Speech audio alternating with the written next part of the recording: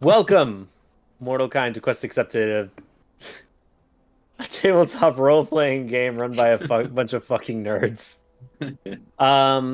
If you're watching this, this is the second session of Hazel / Tiffany's prequel. So welcome back for joining and continuing the story with our two wonderful guests, Peter as Raymond and Christopher as Lurk. Thank you guys for joining so much. Players of my own personal game with our previous team. Mm-hmm. So, without further ado, I suppose we can just start. Fight.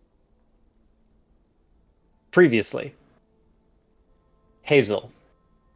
Embarking on your journey to seek a wildfire druid, you, for the first time ever, left your home community of Kaya.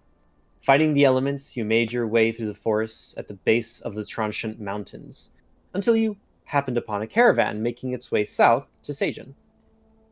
After being welcomed by the Elcutian knight Azina and the caravan's seemingly incompetent leader, Captain Colin Hughes, space was made for you to join a rather interesting and mysterious group. Lurk and Raymond. You, traveling with your acting den mother, Auntie Lucille, and a kobold alchemist, Mercury, were saddled with this elven newcomer and proceeded to elude the efforts at getting to know each other very well. Having established a level of rapport with each other, the following night during dinner, you saw a brilliant flash of light and an airborne machine shot out of the sky and landed in a clearing near the Blightland border. Upon inspecting the site of the crash, you discovered the winged rider Velinor, a gnome wizard who fought in the War of Fracture with his griffin companion Velishe. The griffin, who was nowhere to be seen.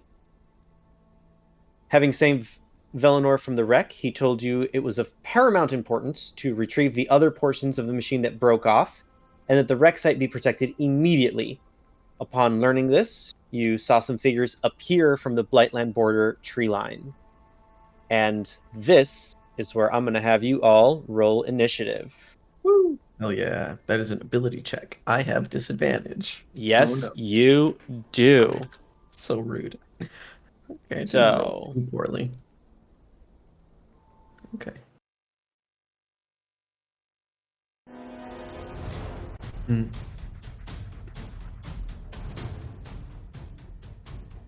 All right. 25 to 20. Okay. 15 to 20. 16. 16. Lurk. Hell yeah. All right.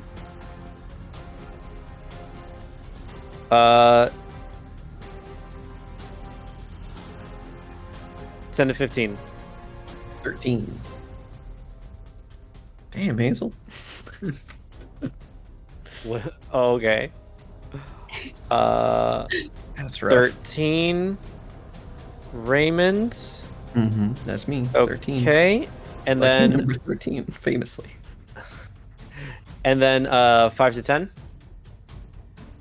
Damn. Hey, Hazel, what did you roll? 4. Amazing. Great. I love that. Amazing. Highest We're off number... to a good start this tonight. It is a comedically high value number, man. It's the highest amount of dollar bills you can have for the lowest amount of money. Yeah, that's what it was. I remember that. I learned that watching Dropout. All right, I will direct you all to the battle cam in Roll20 to give you an idea of what you all are looking at. Spaceship. You approach. I couldn't find an icon for what I wanted, so I'm like, all right, it's a spaceship. You guys don't know what it is. You ain't wrong. You guys, what you had done previously is you reached a clearing. You were away from the ship, like a number of feet away, according to y'all, if I remember correctly. You sent Lurk to grab Velinor and brought him back to where you guys were. Yeah. So you have everybody there, including Velinor in blue and Mercury in red. The figures that came out of the tree line were this individual robed in purple, a goblin mounted on a warg, and an elf with a very long sword. Off to the side, you see two more people arrive. I'll give you a chance to interact right now if you guys want to do anything before we actually formally start combat. Do they notice us? They do notice you, yeah. Darn. Most unfortunate. Okay, so hold on, it's 1, 2, 3, 4, 5 enemies? Oh boy. At the moment, yeah. Alright. And I will let you know, these blue, the trail that's left behind from the wreckage, these are basically oil, and they act very much like the grease spell, just for mechanical purposes. And these blue stones that are strewn about the battlefield, they are components that fell off of the ship, and they are crackling with all sorts of arcane energy. In a menacing way? I mean, you can try to talk to them, gain their temperament, see how they're feeling about things. Okay. All right. So, Velinor is going to look to all of you and say, "We need to stop them. We can't let them take the prototype. We need to defend this." At that, one of the cultists aims a finger at Velinor, shoots a little beam, and he just kind of falls asleep. First to act. Well, unless you guys want to say anything, do anything. Dude's awake though, right? I mean, like, alive. He's alive, he's breathing, but he's unconscious. All right. That's not good. No.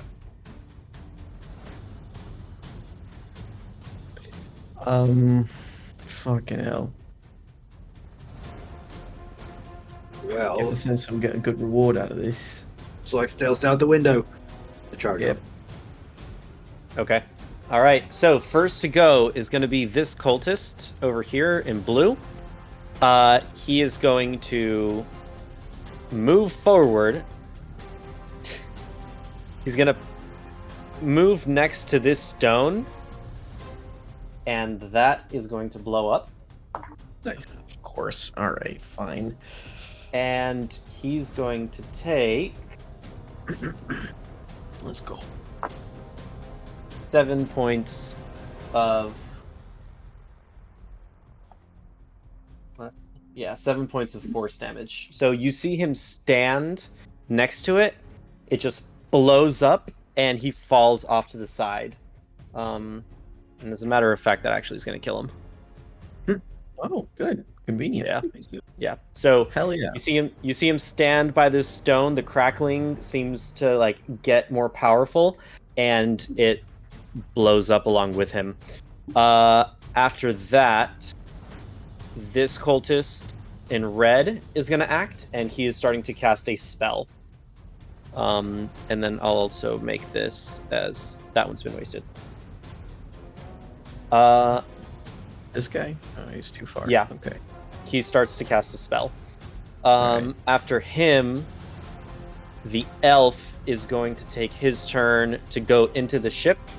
He's going to root around. He pulls something out. He's going to turn, and he's going to take the rest of his movement to run away. God damn it. I didn't realize we'd be starting so far away. You guys described getting away from the ship, bringing him to the tree line. Yeah, but... Did you guys want to position yourselves closer a little bit? It's just where we are. No, that's okay. It was just, damn. Yeah. I got ideas, and one that I think our DM is really gonna like. Even though it's bullshit, I think I'm gonna get away with it. Okay, great. Love that. This is what I was scared of. Yep, it's gonna be great. And you know what the best part of it is? Lurk, you're up. Hell yeah. Is there anything around me? Is there like debris or ship metal that I can find? There is all sorts of debris. There's various kinds of metals. Awesome. Can I just what find the exactly? biggest slab of metal I can find? Sure. You find something that would be akin to between a dagger and a short sword. Oh no, I'm thinking like the size of a door. Oh. I see what you're saying. Yep. Yeah, I approve. Okay. Roll a percentile die. Okay. You want above a 50%.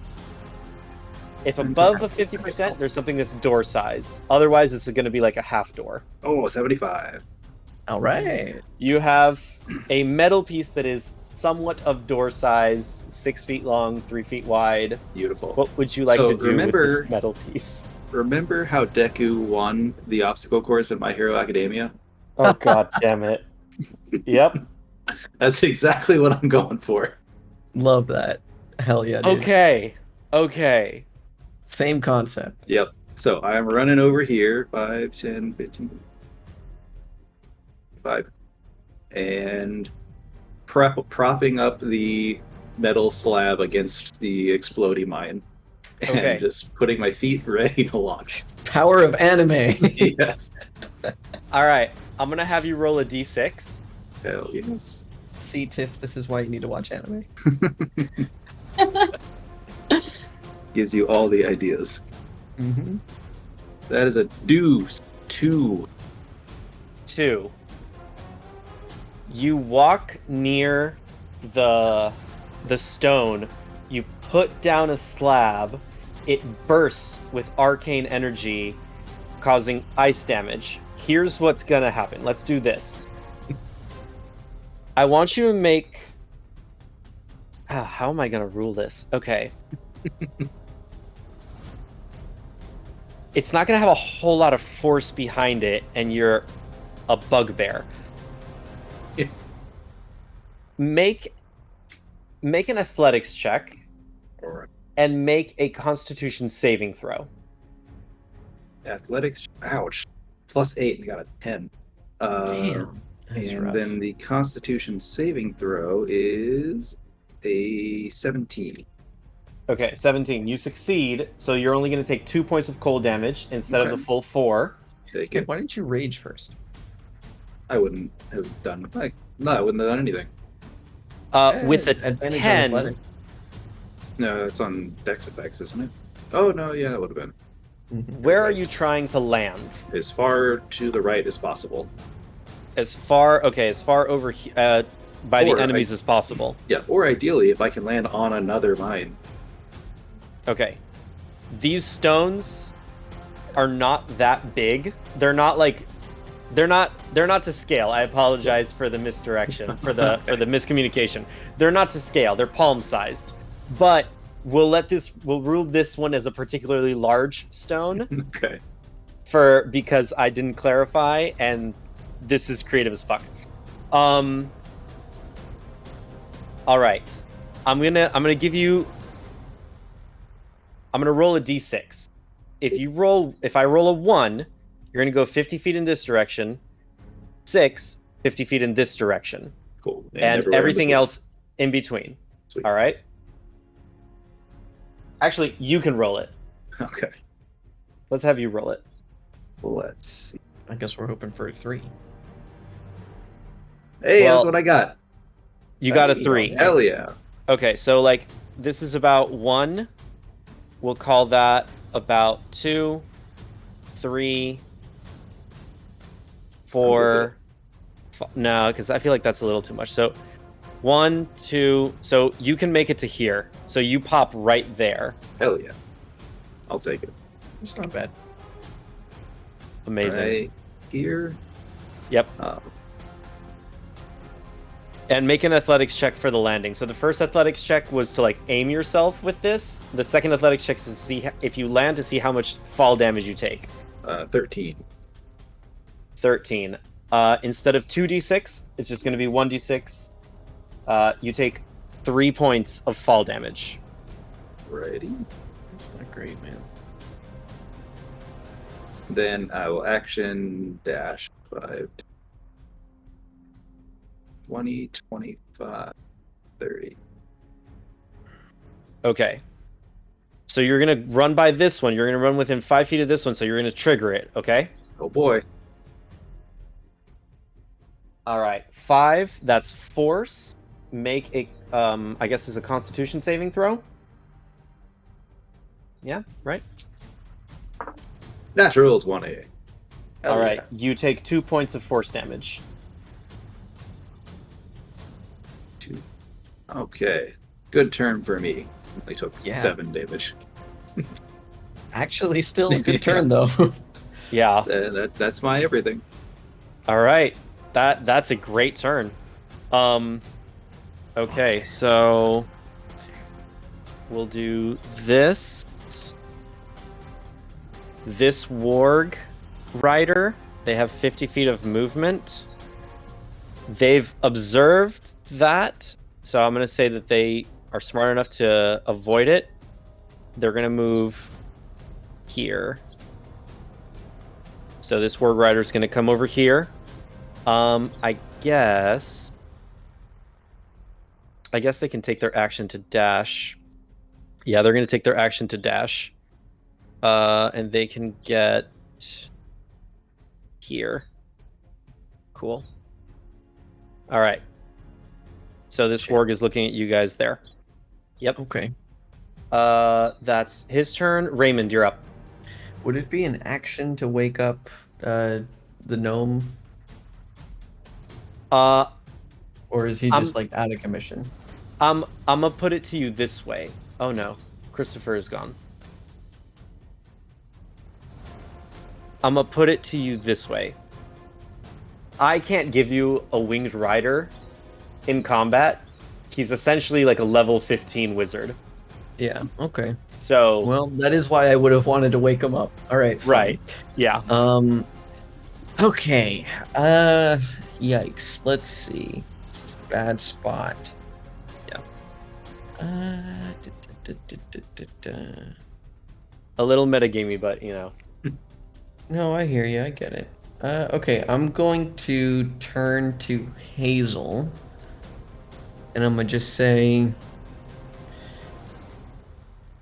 all right, guess it's showtime then. Show us what you got, yeah. And that'll be me giving her Bardic Inspiration as my bonus action. Action-wise, I'm going to cast a 2nd level Dissonant Whispers on this warg guy here. Okay, that's a wisdom save? I believe so, yes. Wisdom DC 14. On the goblin or on the warg? I guess the warg. Okay. He fails. Wonderful. Yeah, I rolled a 3 on the die. Okay, hey, and I rolled pretty damn well for damage. Alright, so that's going to be 10, 16, 19 points of psychic damage. Christ. Yeah, it's 4d6 of psychic damage, man. And he must use his reaction to run in the opposite direction of me. For his entire movement, right? Yeah. Okay.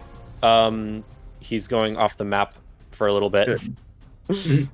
Yeah, so you just see these shadows start to emerge as I start to speak them into existence, basically, and they're going in the direction of this warg.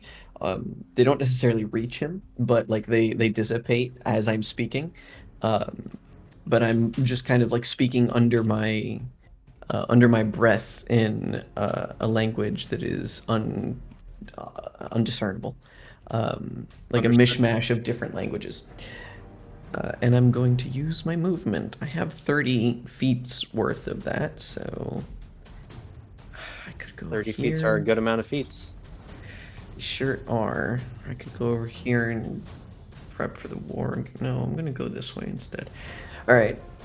Yeah. I move up to this direction, and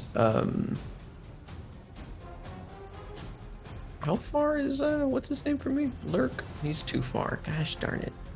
Okay, that's it. That's my turn. Okay. the blue warg is going to move its distance here.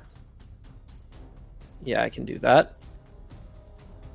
It's gonna take its action to pick up this stone and toss it to you. Sure. It's gonna be strength. It's gonna be an attack roll. But it's gonna be a disadvantage because of the distance.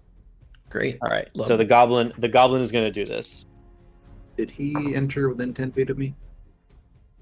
Did he enter within 10 feet? No. Doesn't look like it, no. No, he was 15 feet away. Appreciate you, buddy. That is not a great throw. Goblins have -1 to their strength, so that's going to be an 8. It's going to miss you. Oh, great. But it is going to land within 10 feet of you.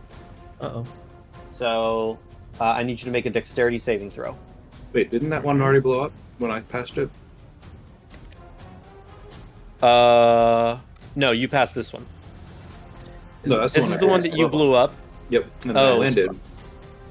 Oh, the one that was here was here, right? Yeah, that did explode. You're right. Well, in that case, he still has. He made it to what, like 40 feet, right? Something like that. Yeah, so he has 10 more feet. So he's gonna do that and use this one instead. Okay. So he misses, but it does land near you. So go ahead and make a dexterity saving throw. These are essentially grenades. They don't have to hit you, but they're grenades. 9 is gonna fail. You take 8 points of acid damage. Ouch. How many? Sorry. 8. 8. Fuck. But that's its turn. It's done. And this is the one that blew up? This is the one that blew up. Yeah, I'll fix that. Great. Thank you. Thank you.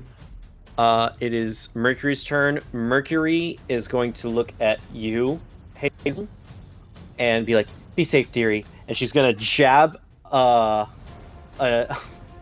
syringe into your thigh. At first, it hurts, but then you feel like this essence of like life.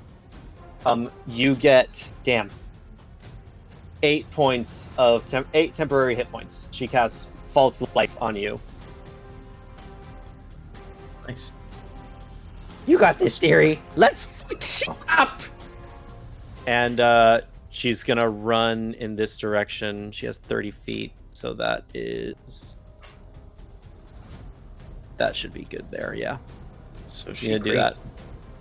She real crazy. You know, when she gets to use her alchemy, it's kind of a good time for her. And that brings us to you, Hazel. I am going to... Let's see.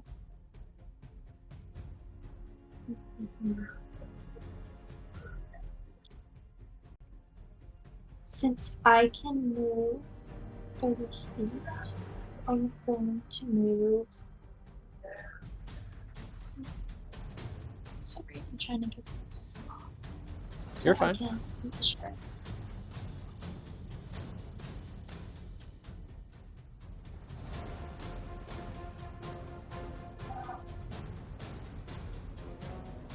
I'm gonna move over here in this direction.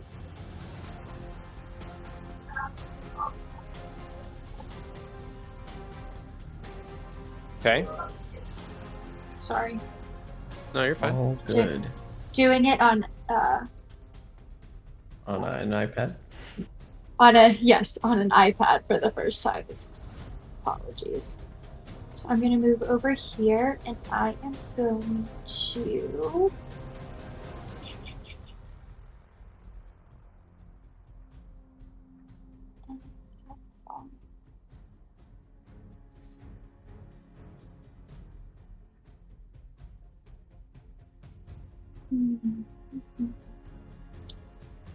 There's nothing really in range that I can... You can use your action to dash. Mm-hmm. Get like over here, maybe. Okay. The warg and the goblin are in range for you. The blue ones. and you can move your distance Oh, to, like, you have quite a bit of space. okay. I am going to then. Oh, shoot. Okay, I am going to cast. Sorry, I'm going to measure one more time. You're... Apologies. Oh.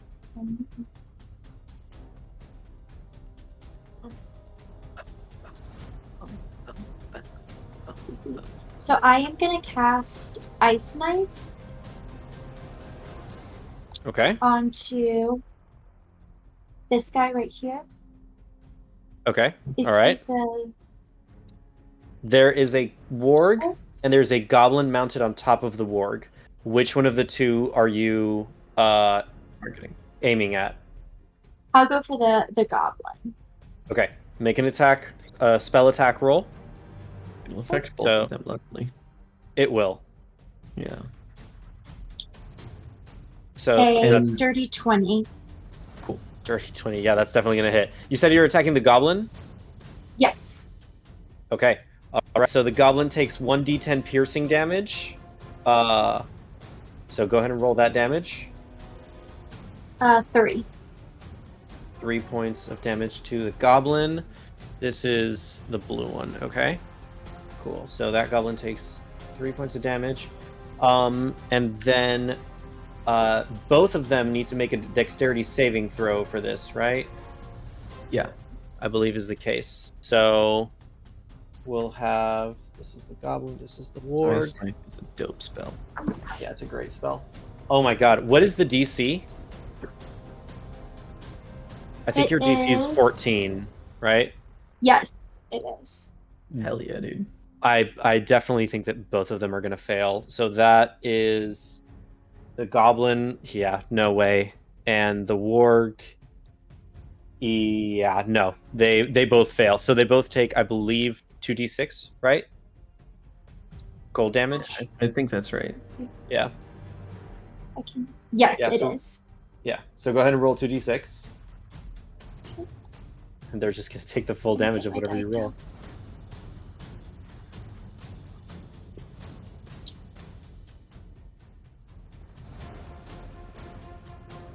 Four 4 points of damage to the goblin and to the warg. How would you like to kill that goblin? Hell yeah, dude. Alright, so I'm gonna kind of frantically look around. And then I kind of like see Raven. I'm like, I get real nervous. And then I'm gonna just, like, from the nerves, take a droplet of sweat and just... Nice. And that's gonna be how the knife goes out. Because I'm nervous. Yeah. So I'm just gonna take that sweat and just... Awesome. Amazing. You take the sweat and you flick it, and as it forms in the air, this spiral knife lands right in the goblin's chest, and it just like it takes the damage, it breaks off the spiral icicle, and then that explodes and kills him. And just like all of these jagged like ice pieces just land in its face. It falls to the floor. The warg takes the damage too, taking some of the spikes into the neck. Excellent turn. Is that all you're doing? You can also no, you can't bonus action Misty Step because so mark off one spell slot for yourself. Got it. All right, anything else? I'm good. Okay. All right, so blue cultist is dead. I'll remove that. This cultist has done what he's needed to do. He's going to run away. And on his turn,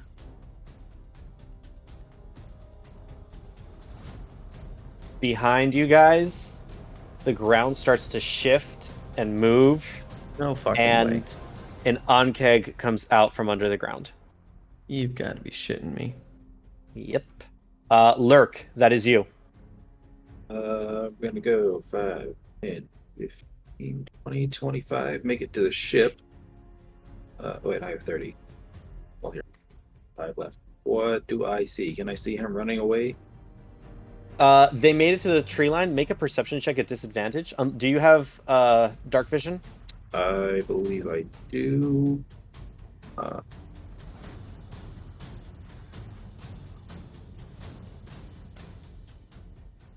Yes, I do. Okay. Make a straight perception check. Ugh, rolling ass tonight. 8. See nothing. You're looking into the cockpit? Well, hold on. What did the famous guy say? That we need to protect something about it, or we need to recover the crash site? We need to protect the crash site and collect the 3 pieces of debris that broke off of it. So, is it safe to assume that that guy got something that we needed? You saw him take something out. It looked like one of these blue gems, but bigger, and it had these like copper and bronze sort of metal fixings on it. I'll go just 5 more feet towards the tree line, and then send my action dash to chase after him. Fuck me. Okay. So Fair take me enough. off screen. That'll take you off screen. Yeah, I got you. Sweet. Okay, I'll tell you what. I'll let you make another perception check with the dash. Come on, perception. Natural 20 for a 24. Look at you. I didn't know you could roll those. All right. I Okay. had to get 3 bad rolls in a row first. I guess You so. make it just in time to see this clearing. The How do I want to play this? The cultist is done casting a spell. The scout is carrying this blue, and they teleport away. Motherfucker. Yeah. Alrighty. I'll put you at the edge here just so that you can have control of your character. Okay, that's that turn. Peter, the goblin and the warg, are they done with your dissonant whispers? Yeah. It was just their reaction. Okay, cool. Then Or specifically, I guess, the warg's reaction. the warg is going to come here. It is going to take an attack at Mercury. Jesus. Yeah, it's going to try to bite her. For sure. That's a nat 1. Hey, good for you, Mur. The goblin goes on the same turn. It's going to try to swing its scimitar. That's a nat 20! Hey. Well, that's a real bummer, Mur. What the fuck? Okay, not great though. Only 8 points of damage to Mur. Okay. So the warg turns around. The goblin looks fierce and angry. The goblin is looking at you, but the warg is just like runs past like the foliage, goes to bite at Mercury. She like puts a gauntleted hand up to just like try to block it out of the way, but at the same time the warg comes down and just like catches Mercury like on her shoulder down her side. That is that. Raymond, you are up. Okay, great. It's good to be me. Remember, you have a bunch of grenades around the floor. Yeah, I do. And I also have +0 strength. Oh boy, do I want to try that? And it's an action to throw them? Yes. Okay. 30 feet. Alright.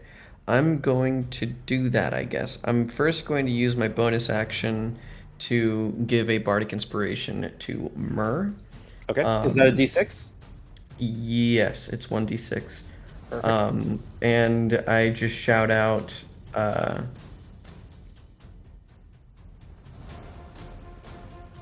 fucking what? Let it all go! Murder him! Do something! And I grab the crystal, and what the fuck, man? I guess I'm gonna throw it here if I can. Yeah. 30 will be. You can throw it near the warg and just make a straight DC 10 athletics check, or you can try to aim towards the warg, and if you are within 5 of its AC, it'll land near it. But it does have a distance of 20. I want to throw it so that it hits the warg and the goblin, but not Mur. That's what I'm trying to do. Okay, you probably want to throw it behind the warg because it has a 10-foot blast radius. Yeah, so about here. All right, yeah. So go ahead and make an athletics check. Okay, great. Oh, okay. All right. I think I have. Okay, great. 13. 13. That'll do. Okay, so roll a d6. This will determine what damage type the grenade is going to cause. 2. All right, so that's cold damage. They're going to make a Constitution saving throw, both of them. Cool. It's a DC 12. Con that is going to be. The goblin definitely fails. The warg also fails. So go ahead and roll 2d6. And that's cold. That's cold damage to them. 7. Fantastic. How do you want to kill the red goblin? You know what? Let's just encase him in ice. Whatever position he was last in is just like sort of Sub-Zero style. Nice. Fair enough. The warg takes some of it, but it's still present. Okay, and I had moved, I think, from here. Was it?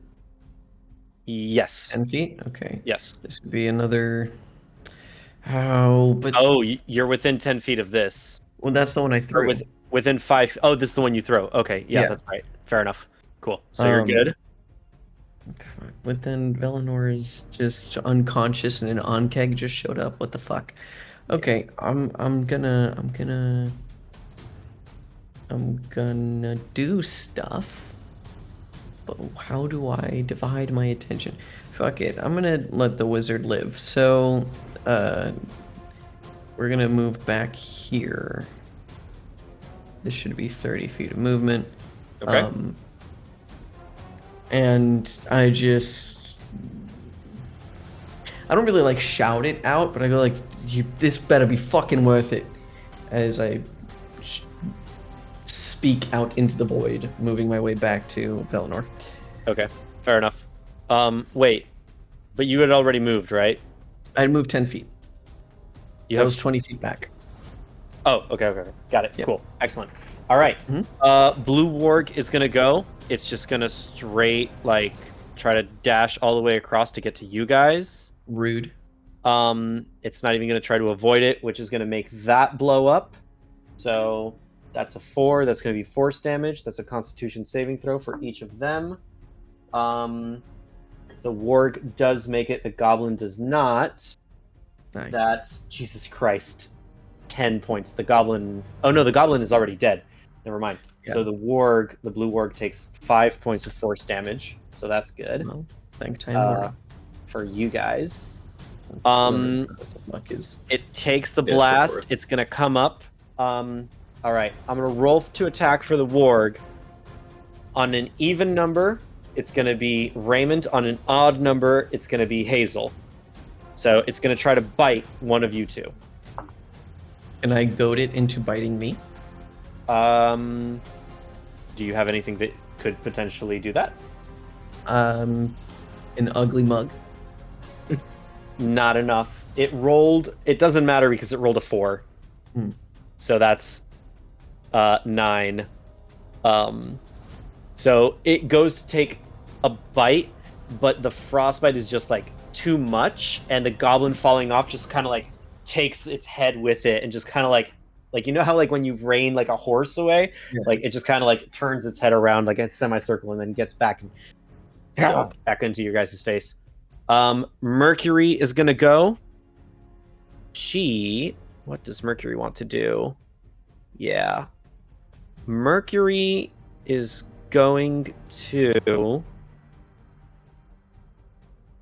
She's gonna cast Fairy Fire. That's what I'm trying to figure out. I guess she could position it in such a way that it hits the warg and the onkeg. No, it's what? It's a 20-foot cube, right? Yeah. That'll hit both of them and me. And you. She's just gonna look at you and be like, "Good luck!" And she has the hose thing connected to her backpack. She presses some buttons on the backpack, just poof, and this glitter just pops up. So, yeah, that'll be sufficient to hit all of you. So on Keg first, that's a 17. It saves for sure. It's a dex save. DC 13, Peter. Okay. Can be the only one that fails. I hit exactly a 13. Okay, you succeed as well. The Onkeg succeeds, and the Warg I mean, technically fails. 17, but still. This Warg fails. So that Warg is fairy fired. I'm gonna mark it with purple, so you guys have advantage on attacks on that. The Onkeg is untouched. Hazel, you're up. Okay. First, I'm gonna move.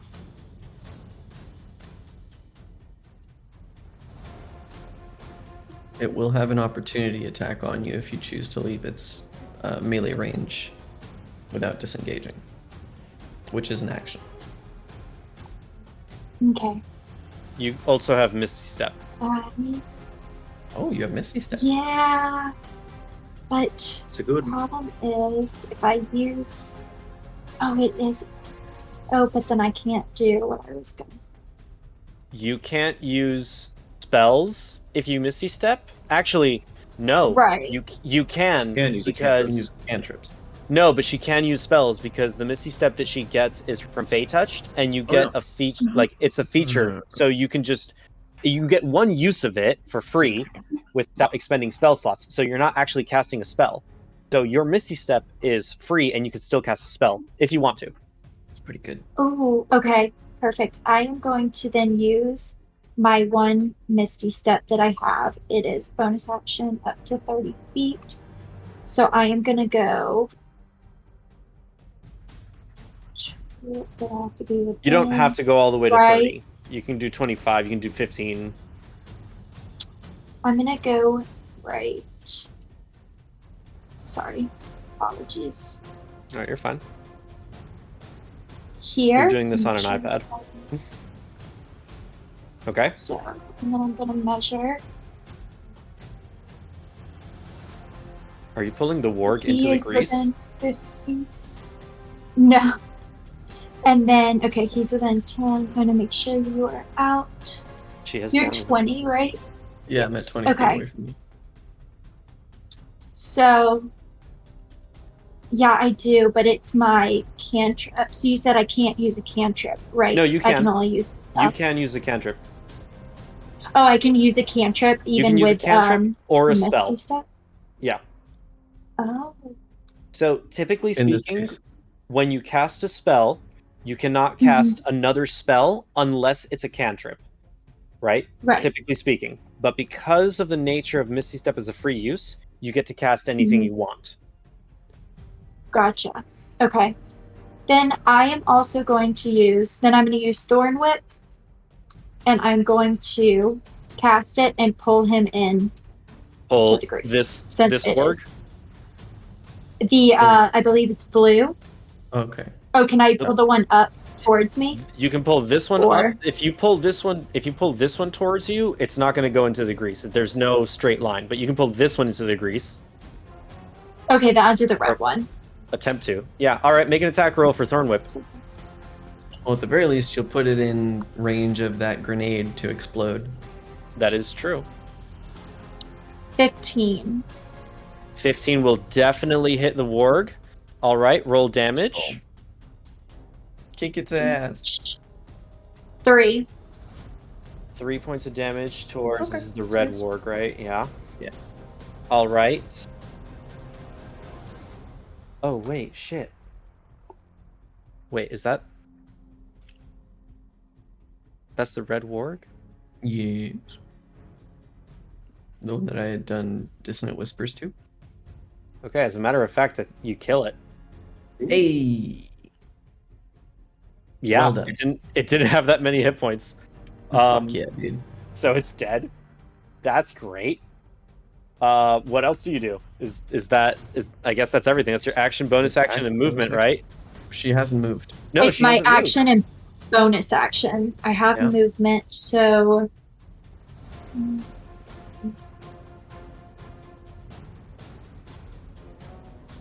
I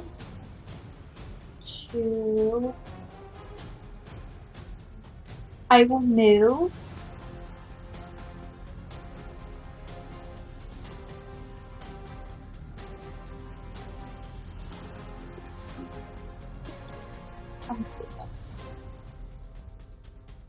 I'm gonna move up here. Okay. Okay. Is that your turn? Yes. Perfect. All right. So after Hazel goes the Onkeg, he is going to finish crawling out of the ground. Gross. And yep. So gross. He's got 30 feet, but you know what? He sure does have 30 feet. He's going to move over a little bit, get you two in a line, and he's going to acid spray. It opens its pincered mouth, and this grouping of viscera and like vomit and bile just throws out in a 30-foot line, and I believe that is enough to reach both of you. Yeah. So I need both of you to make a DC 13 dexterity saving throw. Okay.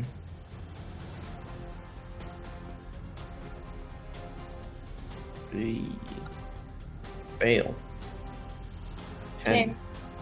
You both failed? 4. 4. Okay. It was DC 13. It's my magic number tonight. Apparently. That is 12 points of acid damage. Big ouch on that. Jesus. I am not looking good. So you both take 12 points of acid damage. Oh, why is everything in action? Okay. I believe that's going to be... Well, the Anka is going to close the gap with you, Raymond. Just where I love to be. Yep. As a bard sorcerer. That's all it's got, I believe. Yeah. Yeah, that's all I can do. Okay, Lurk, you are up, my friend. I'll spend my movement to get back to the ship. Is there anything immediately interesting looking about it? Make an investigation check. Ooh, I ain't so hot at those. Oh, you'll be great. You got this. That is a You're 7. the ideal person. 7 plus 0. That's 70. Way to go, bud. Exactly. 70 investigation. Christopher, have you personally ever flown an F-35 Raptor fighter jet? Yes. Have you ever... In what life? Get the fuck out of here. Did you do that? Fuck out In of here. Grand Theft Auto. In Grand Theft Auto. Oh, okay. You personally, not any video game character you've ever played. No. This cockpit makes as much sense to Lurk as an F-35 fighter jet cockpit would look to you. Sweet. That investigation is free. Fuck it, man. Push a button. See what happens. Oh, Yeah, you that can makes push a sense. button. I punched the console. You punch the console. Yeah, just all the buttons. I'm hoping it'll fly me over to my friends. Okay. All So right. you're not actually trying to hurt the console. You're Yeah, just trying to just like push cover all the the surface area. I am the Hulk trying to fly the ship to Sakaar. Okay. Or Ragnarok. I see. Yeah. I see. Man, Christopher, you're really making me think here. That's what I do. Good That with is the what you do. references, too, man. That is what you do. All right. I just Let's yelled, do this. That way. Make an attack roll. Okay. Just like an unarmed strike. Let's see. Unarmed strike. You have That to hit. is You have to hit an AC of 12. If you hit 15. 12, 15. Okay. So here's what we're gonna do. You're gonna roll a d20. Right. 1 to 5, nothing happens. 6 to 10. 6 to 10, you are going to make a weapon on the a prototype go off. Awesome.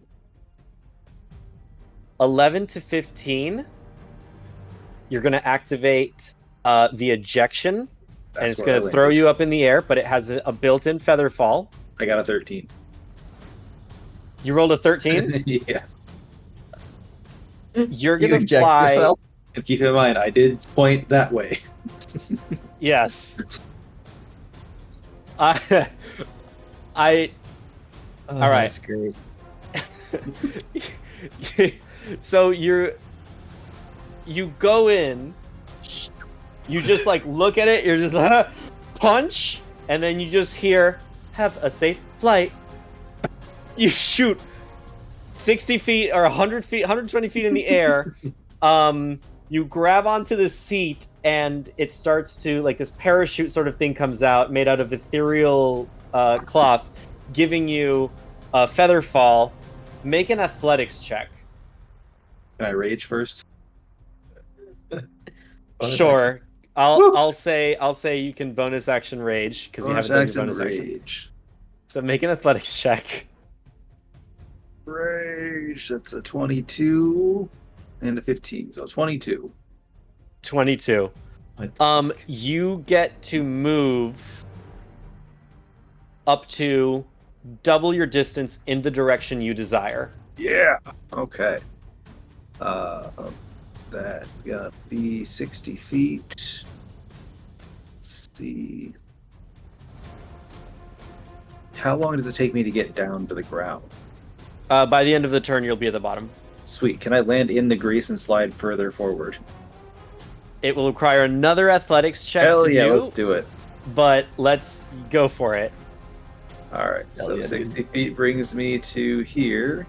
I'm under the grease. Oh, God. Okay, hold on. I got it. There you go. It should be good. You're there. Okay, sweet. Then athletics again, and I am raging, so let's further advance. Natural 1 at the start, and a 5 for 13. 13. The DC for this grease is 12. All right. So I'll say that you get to move half your movement down the grease pile, which is pretty much the end of the grease pile. Sweet. Hell yeah, dude. See, I thought that's what you were looking to do with the metal door thing. That would have been good. It was like Silver Surfer it up or something. Yeah. You know? God damn. That's amazing. That, Christopher. All of my turns I've been out of combat, just running back and forth. But doing amazing things in the meantime. Raymond, you are up. Great. I'm not looking too hot. So I'm going to go ahead and cast a first level healing word on myself. Please roll high. Oh, thank God. All right. So, you see shadows, again, emerge as I simply speak into myself. Kind of like, in another context, someone might read this as like, you wake up and you give yourself like affirmations in the mirror. But, you know, it's a different situation right now. It's just like, fucking get your head in the game, right? So, that happens. I recover some hit points. And I'm going to... The warg is the one that's alive, right? The goblin is dead? Correct. Okay, I'm going to cast Shocking Grasp on the warg. Okay. Okay. Natural 18. That'll definitely hit. Yeah, it will. And that's going to be 4 points of lightning damage. All right. This black and purple lightning emerges. You grab it by the collar, by the neck, burst out in lightning. It rears back in pain, and some of its hair and neck is charred. You can see some of the skin underneath. Okay, so it's still. What else you got? I'm going to use I'm going to use my movement. So that's action, bonus action. 5, 10, 15, 20. Okay. 25, 30. And that will be my turn. All right, you're going to take an attack of opportunity from the warg. No, because of Shocking Grasp. I thought that was only if it was wearing metal. Metal gives me advantage on the attack. That's right. Yes. Clever motherfucker. Yeah, well, you know, you gotta... Clever bastard. Gotta make some choices. The warg is not very happy about that, Nor should but it be. it's not too happy with the Stockpiling. Onkeg there either, so it's going to go to you, Hazel. The warg is going to make an attack roll. It's going to try to bite you. Well, that's not good. That is a lot. That's a 22 to hit. It's not good. Not good at all. That's not great either. That 12 points of piercing damage to you. Ow, fuck.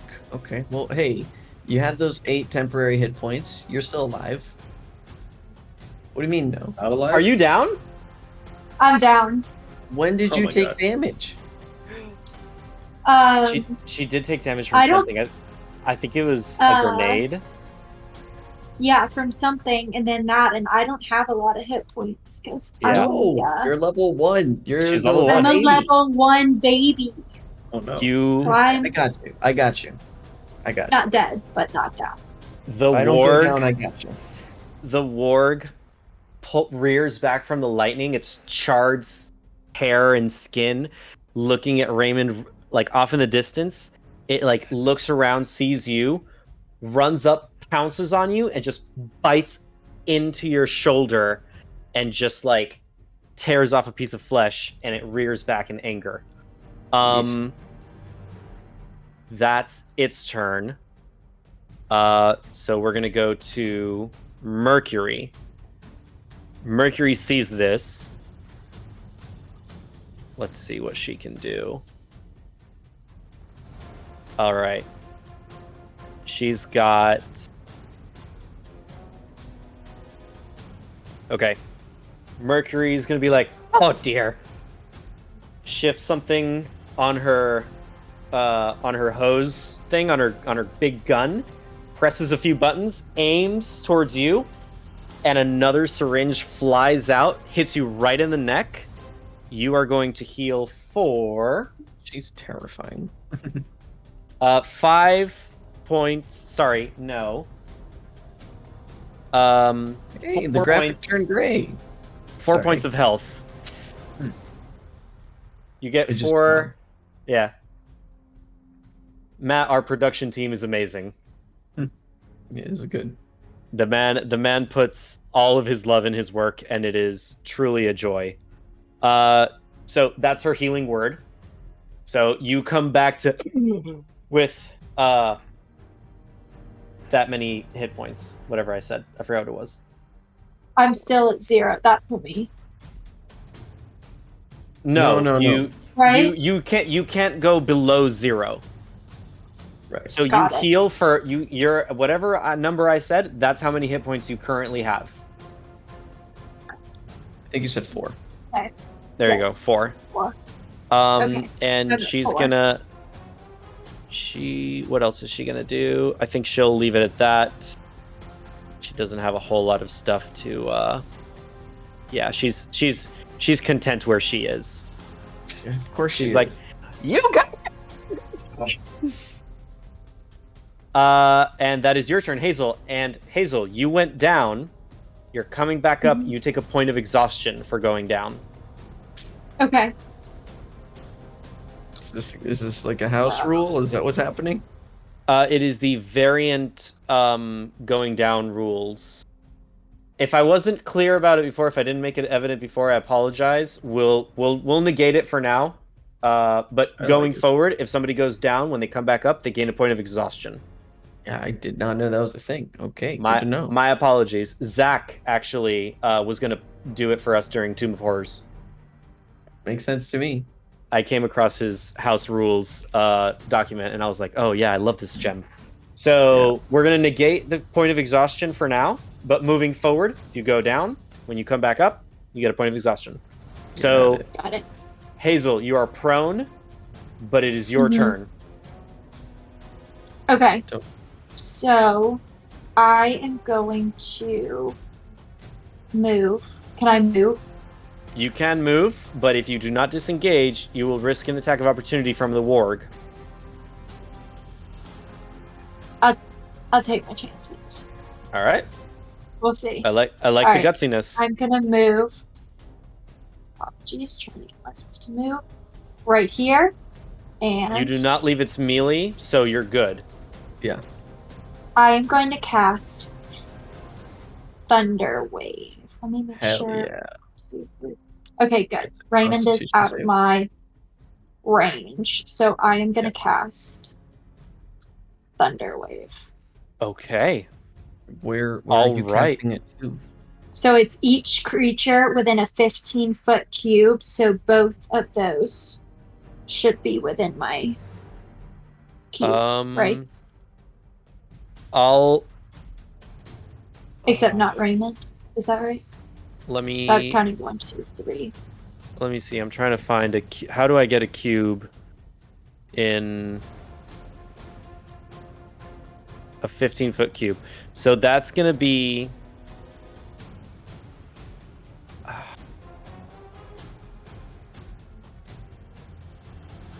Oh, 15-foot cube. Yeah. Yeah, that'll get both. That gets the tail end and that gets the head end, and that's good. Yeah, that works. What is that? Is that a save? Is that an attack? What is that? On save. Yeah, it is a... You have to make a constitution. Each creature in a 15-foot cube originating from you must make a constitution saving throw. Okay. All right, let's do it. Clutch fucking move. God damn. Okay, the warg rolls a 4, so that definitely fails. What is your save DC? 14. The Onkeg rolled a 14, and it has a +1. Damn. So it'll take half damage, right? On a successful throw, yes, half as much damage and isn't pushed. On a failed throw, 2d damage and is pushed 10 feet. Okay, all right. Go ahead and roll the damage. Tell me what those are. 12 points of damage. 12 points to the warg. 6 points to the Onkeg. Tiffany, how would you like to kill this warg? Hey. So I am going to... Let's see. This real quick. So I'm going to get super angry and scream at the top of my lungs. And when I do it, this thunder sound kind of comes out. And I'm like, this is what you get, you little bitch. Make me believe it. Yell it. Yell it. Make me believe it. What do you say? Say it again. Give me the line again. This is what you get, you little bitch. Stage whispering. I'll take it. It's fine. You yell, "This is what you get, you little bitch!" And the Onkeg's shell starts to crack from the damage, but it withstands it. The warg, you remember in Shrek when Fiona goes and sings with a bird? All you see are 4 paws that are left that are smoking. Nice. From the warg. Excellent move. Turn. Do you do anything else that you do, or is that everything? Let's see. I moved. Movement. Oh yeah. You still have movement. Yeah. I still have. I think I moved 10 feet, right? You have. Yes. You have some movement, yeah. Because you were here. 20 feet left. And you moved. Yeah. So I'm gonna move here. Okay. Excellent. Cool. Yeah. You're good. Am I within 10 feet of that? No. Yes, you are. The blast radius is 10 feet, but the activation radius is 5, so you're safe. Okay.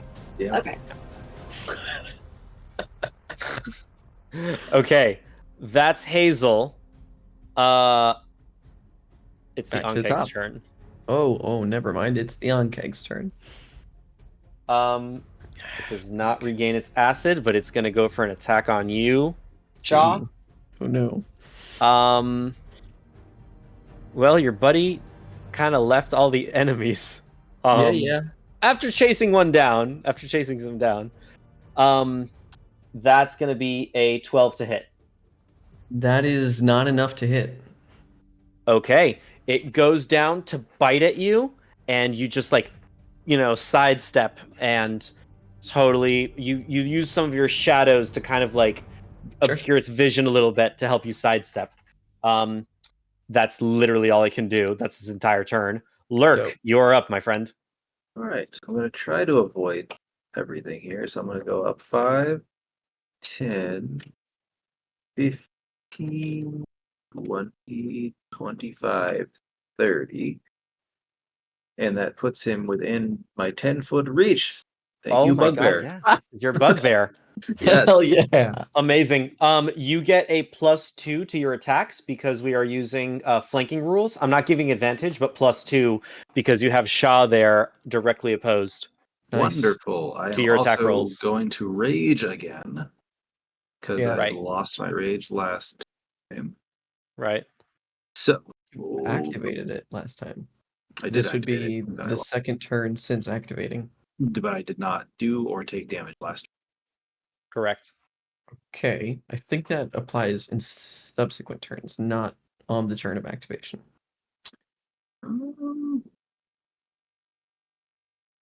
Your rage ends early if you are not conscious or if your turn ends and you haven't attacked a hostile creature since your last turn or taken damage. Up to you guys how to interpret that, but that's my understanding. It's a little ambiguous. I'll say that for all intents and purposes for tonight, you don't need to expend a second use of rage. You're still raging because you activated it last turn. If you didn't do anything this turn, that's when we'll call it there for now. I'll take it. All right, rolling. That's gonna be a 28 with lots. That is wonderful. Yeah, that's gonna hit. Thank you. That's gonna God. Bugbear arms, man. Yeah. All right, so that is 6, and then sneak attack damage is a 6 there. And then because of Piercer, I can re-roll. Yes, 8.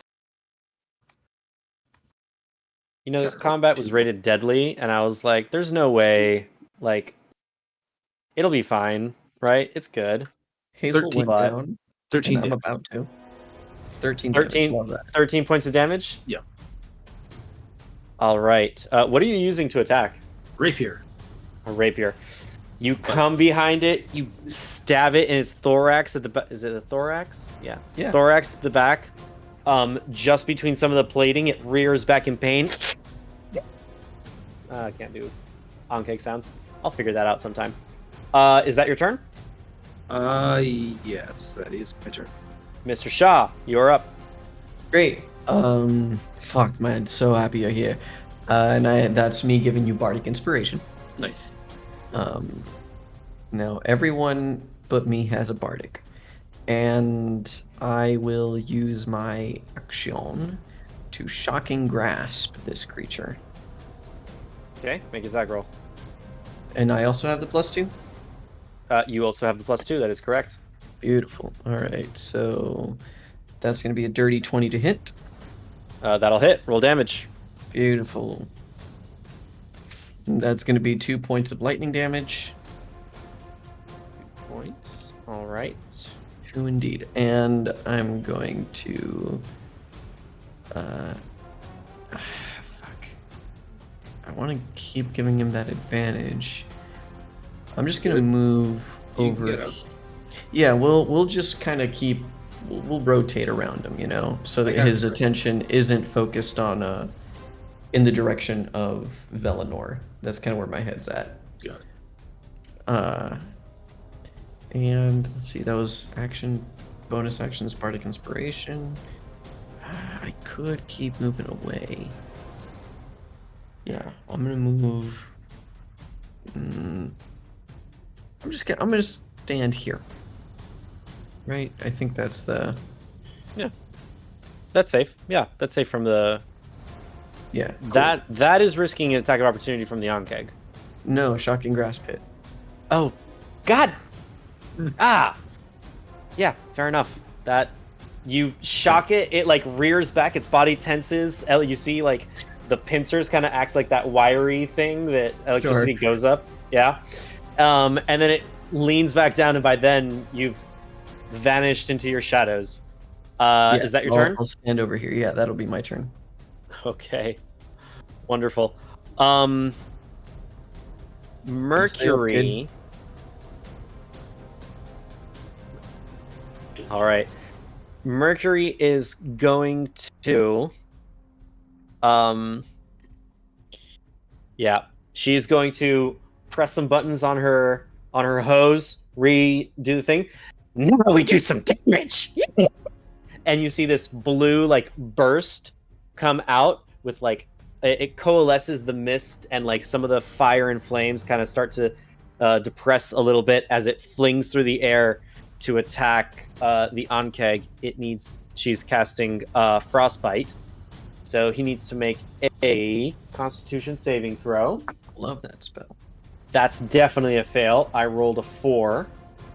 So it's going to take 1d6 of cold damage, and it has disadvantage on its next weapon attack, but it's not using weapons, so never mind. It takes 3 points of cold damage. Hazel, you're up. All right, I am going to.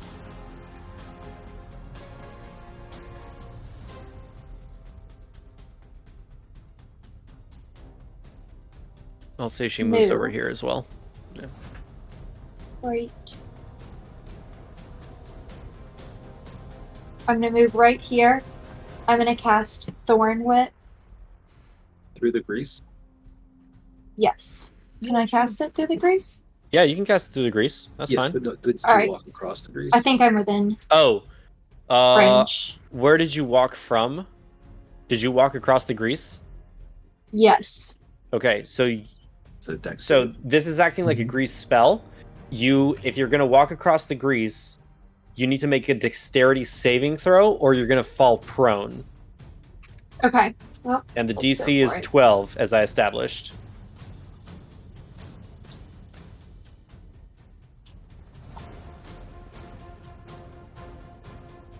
Four. 4. So you fall prone when you... On 4 on the die? 3 plus 1. yeah. You have a I plus don't know. 1. Never mind. Yeah. Mm-hmm. Yeah. Yeah, her bardic... It's a D6. It wouldn't. It wouldn't. Yeah, be no, enough. it wouldn't be enough. All right, so you're over here, right? Or yeah, you're here. So Yeah. you fall prone. Where did you walk from? Where were you? She was. I I think, was 5 away from me. right. Yeah, I was right there. She was there. I was here. Can you see on that? Here. Right there. Yeah. Okay. Yeah, that's fine. Here's what's gonna happen though. 20 feet, 10 feet to stand up.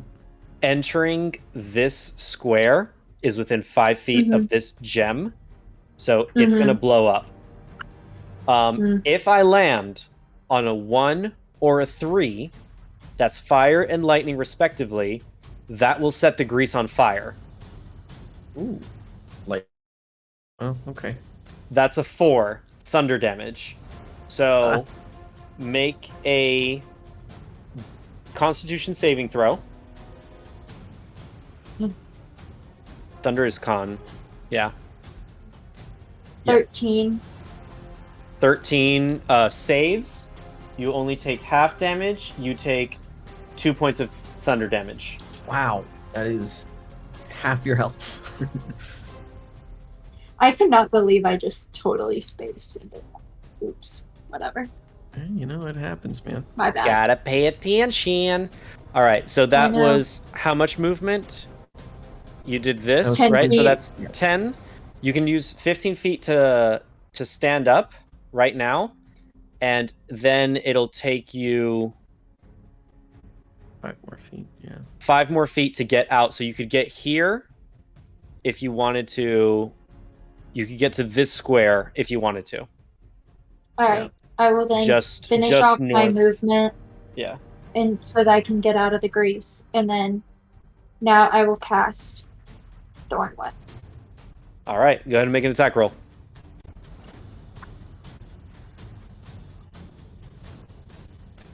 Eight. Not going to be enough. You have Hold a up, bardic you have the bardic, inspiration. yeah. if you want to try to use the bardic. So you could roll a d6 to add to that. Yeah. 8 plus. Let's see. 1. Damn. Oh, no. So then 9. I'm not rolling well tonight.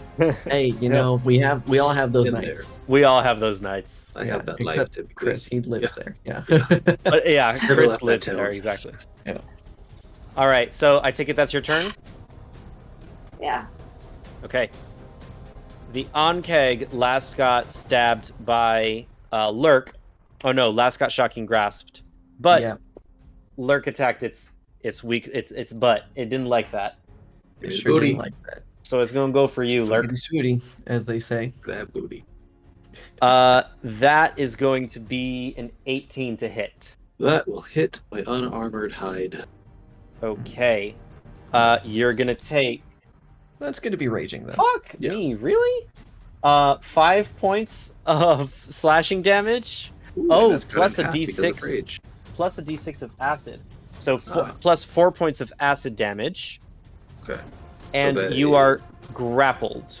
2. Jesus. Hold on. 2 plus 6, so 8 damage total. Correct.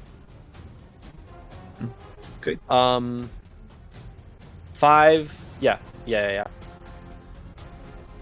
5 plus 4, 9 points of damage, I think. Yep. Oh, Okay, cool. So you are grappled. Okay. Yeah, Says I mean, the attack lands, so you're grappled. Yep, cool. That's the end of its turn. No, it's Lurk's turn. my turn. Yes. Yay. I just wriggle my rapier free, and I just wheeled up and yell, "Sneak attack!" And I recklessly attacked. Okay. Okay, make an attack roll. Oh, that's amazing. You're recklessly attacking, so you get advantage. Yes, advantage. That's Which sneak attack. grants you sneak attack. Yeah. Yes. Oh, you clever bastard. That's beautiful. I love that. Oh, you clever bastard. That is 16 to hit. 16 will hit. He's the best partner to have, that's for sure. Okay, that is 1d8. That is gonna reroll that to a piercer.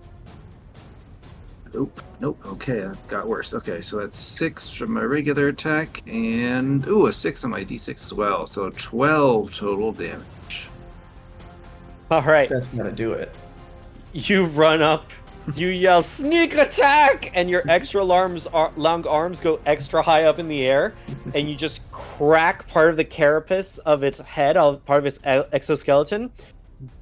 It cracks it, but it deflects off to the side, shearing off one of the pincers, like just in the right spot to shear one of the pincers off. But it is still standing. I got this. Since I have my bonus action free, I'll want to pull out a dagger. Okay, make an attack roll.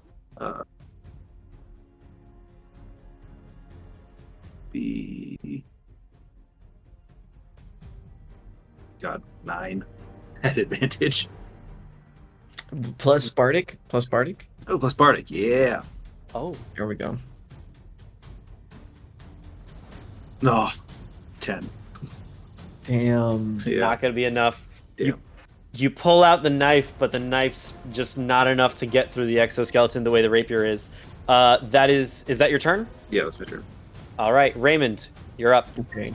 I'm gonna move back, and I'm gonna grab that grenade-looking thing, and I'm gonna throw it towards the ass end of the Onkeg. Okay. Want it to, it's more important, I think, that like right here where it doesn't hit Yeah, Velinor. that's fine. It won't hit Lurk either. Yeah, that's right. That's why. Okay. Make an attack roll Great. or an athletics check, one of the two that you want to do. I think I'd prefer do an attack roll, but it's strength based, right? Strength based, and it is an improvised weapon, so you don't get proficiency. Yeah, well, functionally the same then. Okay. Natural 20. All right. Roll a d6. Let's see what type of damage this is gonna do. 4. Because, okay. All right, 4. Roll. So that's going to be thunder damage. Roll 2d6. It's going to make a Constitution saving throw. DC 12. Yep. It rolled a 17. It succeeds. You need to roll. I'll tell you right now. You need to roll at minimum of 6 points of damage. I rolled half that. Yeah. So it takes 1 point of damage. Yeah. Of thunder damage. And let's see. That's my action. That is your action. For my bonus action, not loving how Hazel's looking right now, so I'm gonna move back up to give the positioning to Lurk, and I'm going to again speak under my breath as I bonus action cast Healing Word at first level on Hazel, and you recover. Okay. Nice. 8 points. Okay. Yeah. All right, Hazel, you heal for 8 points of healing damage. Is that your turn, Raymond? That is everything. That's action, bonus action, movement. Okay.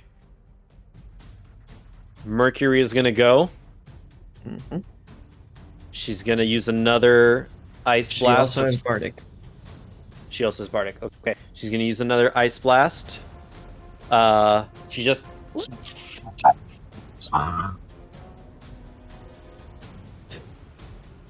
That's fucking sick. Yeah, that's 15. That'll be enough to hit. And it's frostbite. I believe it's a D6.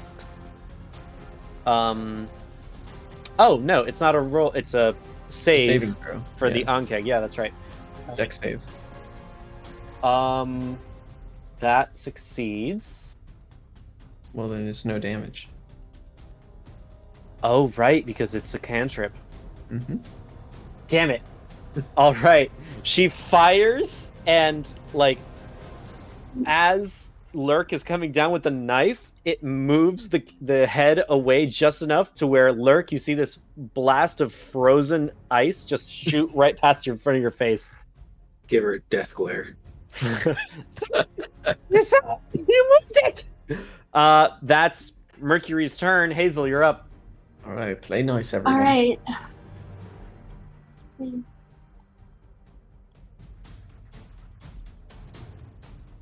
Perfect. Okay.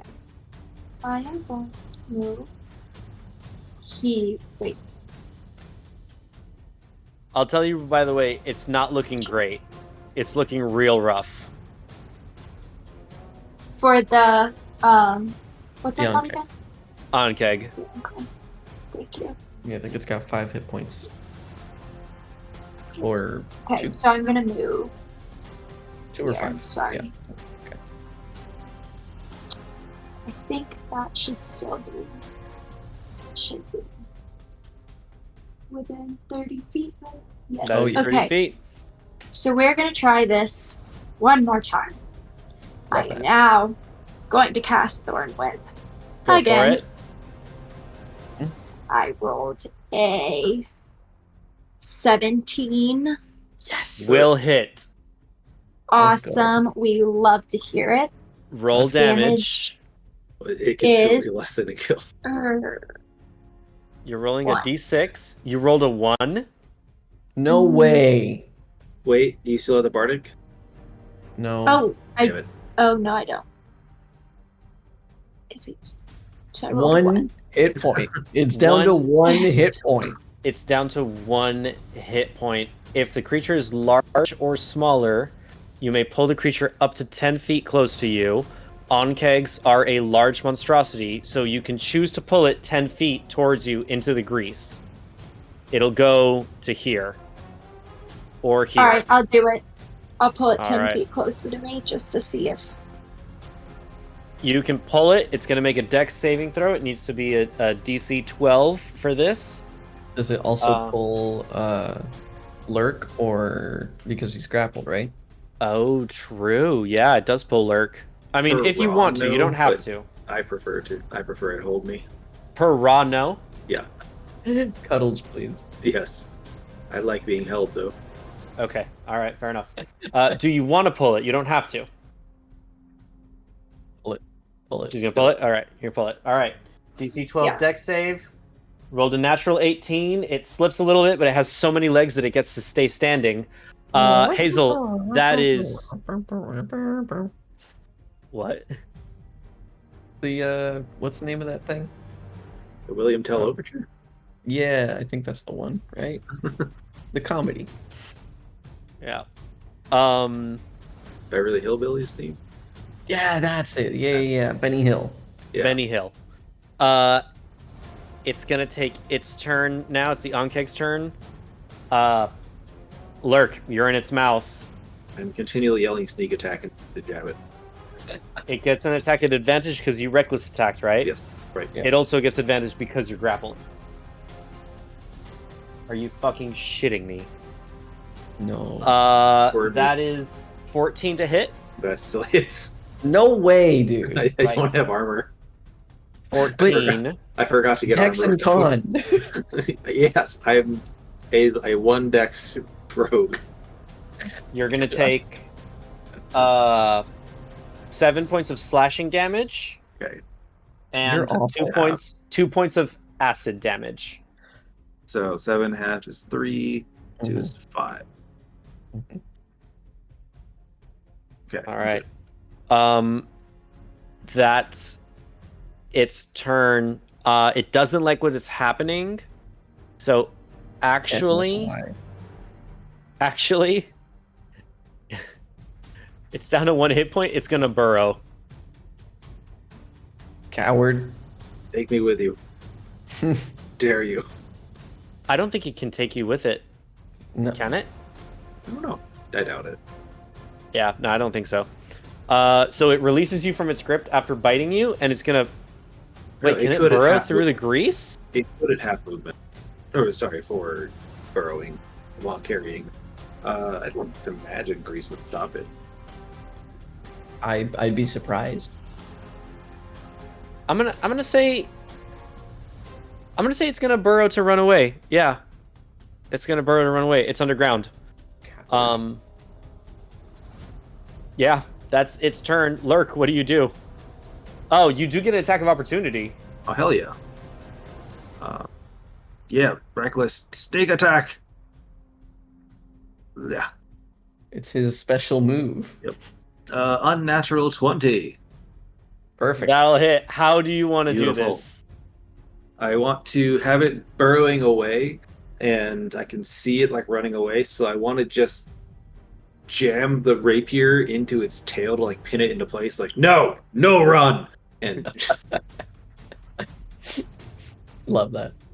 The burrowed hole that it starts to make starts to get flooded with like its blood and viscera and stuff, and the grease starts to go into the hole and just cover the whole thing. And that is the end of that. Beautiful. kick it. You kick it. Wow. Right. What a fucking shit show. That's fantastic.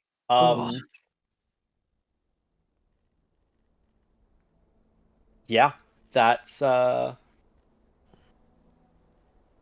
end of combat. Do you guys want to take a break here, or do you want to keep going? Good either way. No strong opinion on the matter. I think maybe a break could be good though. All right, let's take a 10-minute break. We'll come back at 9:30. All right, sounds good. See you guys in a few. And we're back.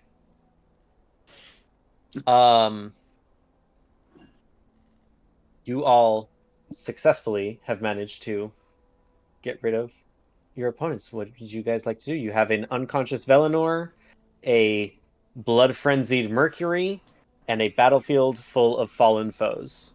Start looting.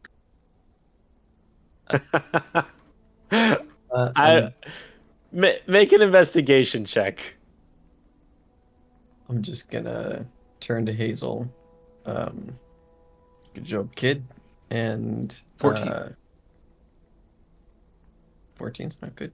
Well, actually, it's not bad. It's pretty good for my plus. Yeah. Go ahead. Go ahead, Raymond. You turn to Hazel. Yeah, I turn to Hazel and I just go, hey, well done, kid. Survived, proved to be efficient. I mean, I think most things are dead because of you. Um, and I turn to uh, Myrrh and I go, you're fucked up. Just like a little bit, you know? You know what I mean? The wonders of science are amazing. Yeah, yeah, I brought her yeah. back. I gave her hit points. I gave her life. Yeah, I And hear I you, also you know. freezed something. Yeah, yeah. Truly horrifying. Just it's not so much the what you do, but the just euphoria of you doing it is the horrifying part. That's what I'm freaking out about. You know what I mean? Good. I prefer Um enthusiastic passion. yeah. See a I'm sure goblin you do. body just fly through the air. Oh. You see what? A goblin body just threw it. I was done searching him. uh, each goblin is carrying a scimitar and a short bow.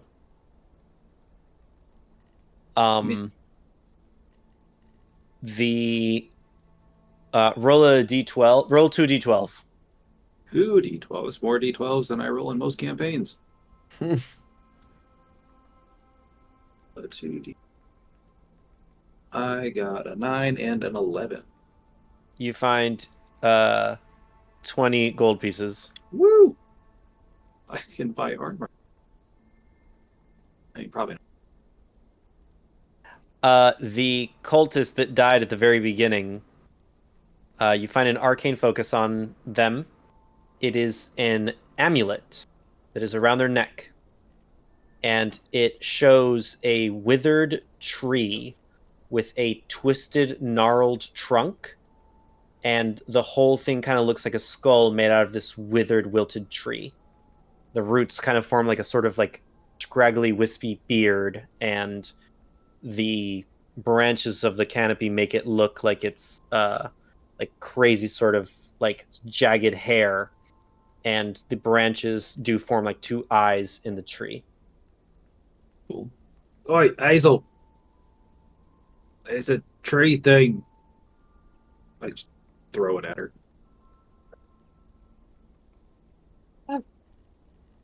Shit. Thanks, Lurk. Righto. Keep searching bodies. I'll I move think over to Bellinor and wake him if Hazel doesn't. Yeah, I was gonna ask, is Velnor awake yet?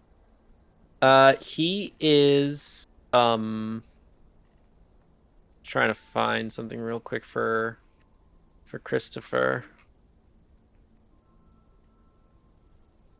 just to make sure that I got everything that I needed to for him. Yeah, that's all you shields? find. That's all you find with the 13. The cultist does have some leather armor and a dagger. Cool. But that's literally it. Oh, and a normal healing potion. Ooh, okay. Yeah. Velinor is unconscious still. Are you guys Yeah, gonna I'll try to wake wake him. him? Yeah. If Hazel doesn't, I'll do it. Okay. Yeah. He starts to come to. I just the crash site. The crash. The the prototype. The prototype. He sits up. What happened? You fell asleep. Didn't fall asleep. I was knocked Mm. unconscious. All right. Well, that one, and I point at Hazel, killed pretty much most of everything, and you started to be threatened by some things that showed up, so I stayed back and distracted them. And then Lurk made it all the way over to where the ship is, and he's making his way back over there now to see what we were able to stave off. Okay. Okay. Thank you, young man. Oh my Woman? Yeah. Yeah. Person? Thing. Wrapped Yeah. in many cloths. Actually, you make a good point, and I drop my hood, and I lower my mask, and I go, remember this face, all right? I'm gonna come back when we're in the city, and I'll be collecting a favor from you. Name's Ray, and I give him a big smile. Make either a persuasion or intimidation check, I guess, if that's what you're aiming for. I guess I didn't have the in mind that a check would be made, but You don't yeah. have to. That's fine. Okay, then Yeah, you just let it sit. Yeah. All right. He tries to get up. You put a second level cure wounds, so his leg is better. At least it's not broken. Yeah, but he's still like recovered like 12 hit points or something like that. Yeah, but he's still like limping. Okay. There's no reason to suffer like that either, right? What's that, Hazel? I'm gonna walk over to Velmore and kind of help him up and be like, "So, what is child. so important that you have in this crash site? Should we go and take a look?" Make a persuasion check with advantage.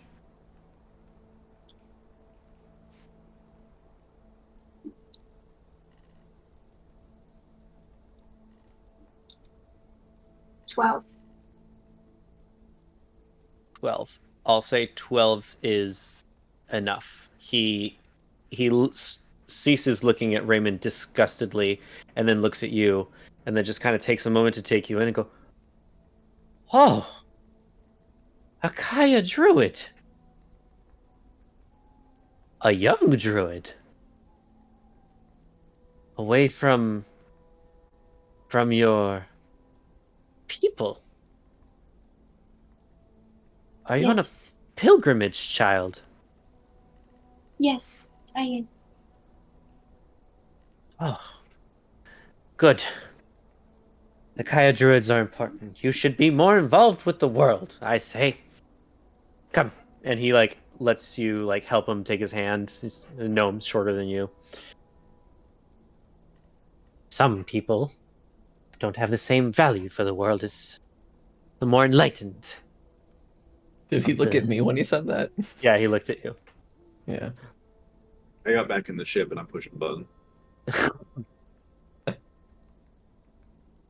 He reaches out, twists a hand, and all of the flashing lights and electricity that was powering the ship turn off automatically, instantly. So you see everything just go zoom. Yeah, shit, I broke it. I cast message to Lurk, and I go, "Why did you turn me off?" I start pushing more buttons. No, I'm sorry. I didn't mean it. I push all the buttons. Why isn't it working? Smart man, help.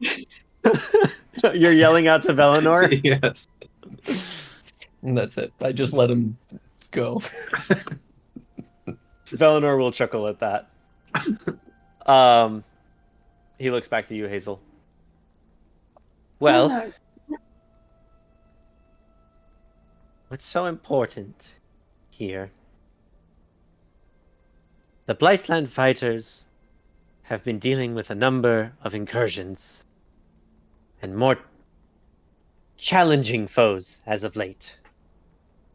The Harp is doing the best it can to help outfit those brave souls on the front lines. I am one of the people overseeing these provisions. And this, and he points to the crash site as you guys are approaching it and getting close to it, as Lurk is panicking, pressing everything. This is one of the most recent additions. It's the only one that exists, but I was bringing it out here from Znania Vintir to test it with some pilots. Now that arcane bolt that came through the air, that is very familiar. And that makes me more concerned The situation out here is far dire than I thought it would be. He lets go of your hand and approaches the ship and starts kind of like, have you found what you needed to find, my boy? I Looks at you, hand Lurk. him like a fistful of wires. Sorry, I tried to save it. I didn't know it was alive. I'm sorry.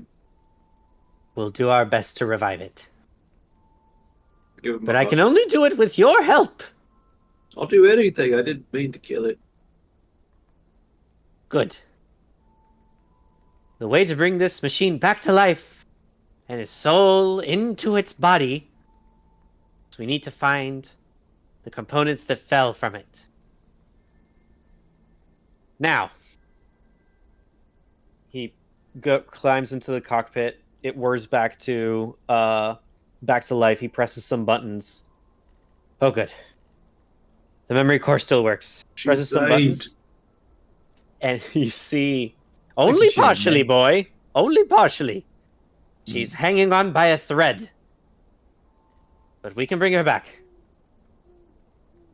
He presses a button, and you see this, like, golden outline of the prototype itself kind of come out of it, and it flies back, almost as if going in, like reverse.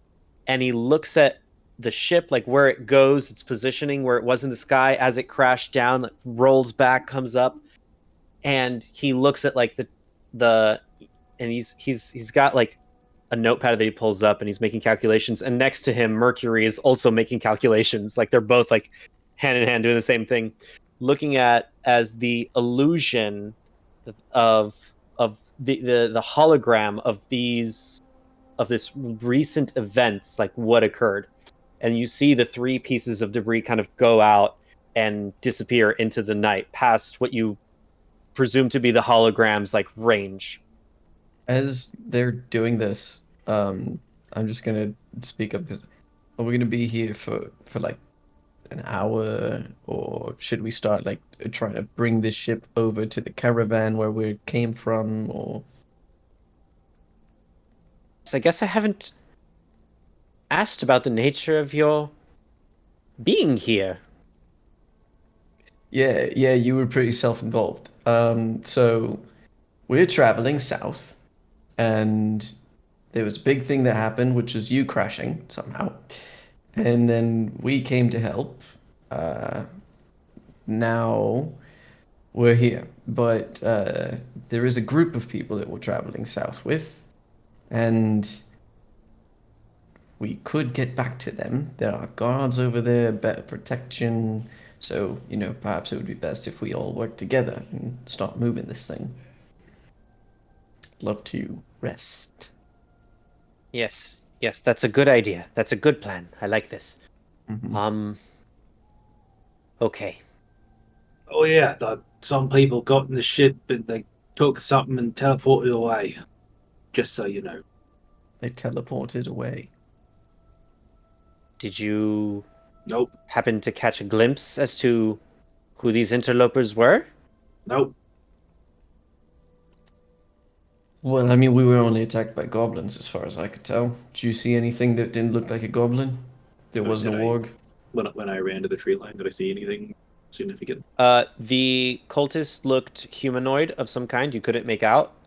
There was the elf with who had, like, a blue vest, brown trousers, and, like, a white shirt. Think Flynn Rider. He, like, is that dressed exactly like Flynn Rider, and he had a long, like, wavy sword that he had on his back that had, like, a holster, like a holding position rather than a sheath. So it was, like, long and, like, wavy. And those two are the ones that teleported away. There's also the dead cultist that is in the battlefield that died in the first round. Well, yeah, I'll share all that. Okay. Anything discerning about them? About these characters? There's a corpse over there. Curvy sword. Markings of any kind? Symbology? I get up and go over to the corpse and just pull it over. Unmask it, I guess. All right. You pull the hood back, And Raymond, you see that there look to be like black tattoos that are like part of its upper chest that seem to like build to something bigger down, like portions of it. Yeah, rip off, man. Strip them. Yeah, strip them for sure. Get weird. The symbol that you see tattooed on his chest is the same symbol that you found on the amulet. It is the jagged tree that forms a skull. Well, there you go. Discerning features. This is far more troubling than I expected it to be. It seems like quite a commitment, tattoo-wise, yeah. None of you are familiar with the Verdoran cult? Can't say that I've been made aware of that name in any dealings I've been involved in. This is worse than I thought. Okay. We need to act. We need to act swiftly, but we need to act smartly. More importantly. All right, I turn to Lurk. What do you suggest? I could help with one of those. All right. We're square. All right. How you do the swift pot, you do the smart. Sounds like a good division of labor to me. Mercury's just kind of standing in the back, kind of like looking. She looks really shy. Like all of her energy just kind of like is like she is like made herself small.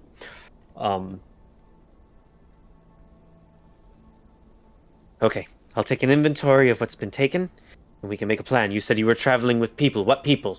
Who? Anyone of note? Anyone of importance? Anyone of station? I'm sure they think so. I referenced their names. What was it? The Alakutin Rashid Zavia? Zania? The Alkushan Paladin, Azina. That's what I say. Yeah. Yeah, Azina Rashid. Yeah, and some Captain guy. Captain Colin Hughes. More incompetent than pompous. Not that I can tell. I name all like the members of the little families that I can remember. I'm trying to help. Mm-hmm. He's like paying very close attention to each word you say, like all of the names that you're saying them. Okay. Azina Rashid. Yeah, she said she's got some sort of thing that's important to make sure it goes south. Traveling with Azina is a very fortuitous situation. I know her well. I know her king very well. Okay. Allow me to take inventory of the ship. We will go back to your camp and plan our next moves. He goes in. He's looking through some stuff. He pops his head back up. They took the main power source. It still has auxiliary power, but not enough to sustain it. Not the most crucial portion. It's also missing the weapons array and the main navigation. Okay. All right. Let's go back to your group, and we'll come back here. Cool. He pulls out like this. You can barely see it. This like super thin, like only because of the reflection of the firelight do you see like it blinking a little bit, like wire, and like spins it, stiffens it, throws it up in the air, and it lands around crash site. So it's an alarm spell.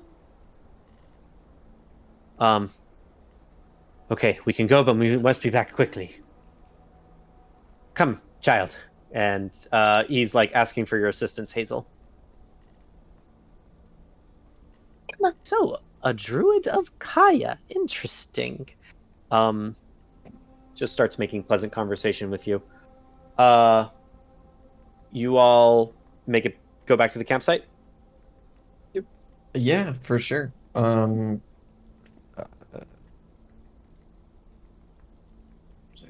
something? I think I was gonna do or ask something. No, I guess yeah, we just go back to the campsite.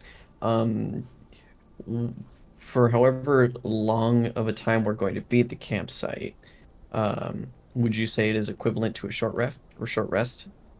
Yes, Okay. you can get a short rest from this. Then while we're there, I'm going to be playing my Song of Rest, Okay. which for any of you who might not know, um, fewer friendly creatures who can hear my performance regain hit points at the end of a short rest by spending one or more hit die. Each of those creatures regains an extra 1d6 hit points. So whatever hit dice you roll for your short rest, you're welcome to add 1d6.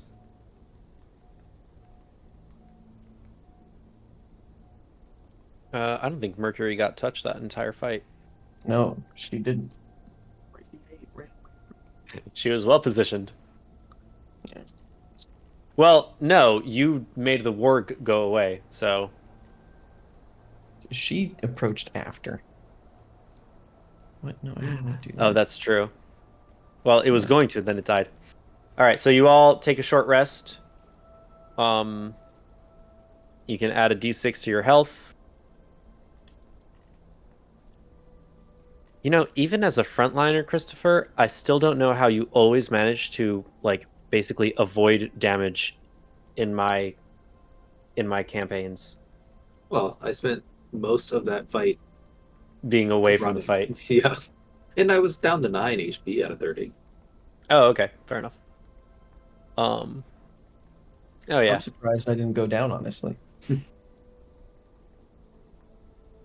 Okay, so you guys make it back to camp. Is there anything you're doing before you actually make it to camp? I guess just chatting. I was gonna ask Hazel. So have you been in situations like that before? You you doing okay? Oh, no. I've never, I mean, there'd be no reason to fight the other women that I live with, because, yeah, I mean, aside from, like, dumb fights here and there, but, like, not common, you know. So that was, Okay. that was a wild, wild time. Yeah. Yeah. But I'm Guys not just gonna have lie, it fun. was kind of fun. Yeah. That's what I hear. But of course, I definitely couldn't have done it without your help. You know, that's Died out there without you guys. So. I guess it's good to be aware that your survival is not something you do alone. But the the again, you seem young. It's not the kind of thing that.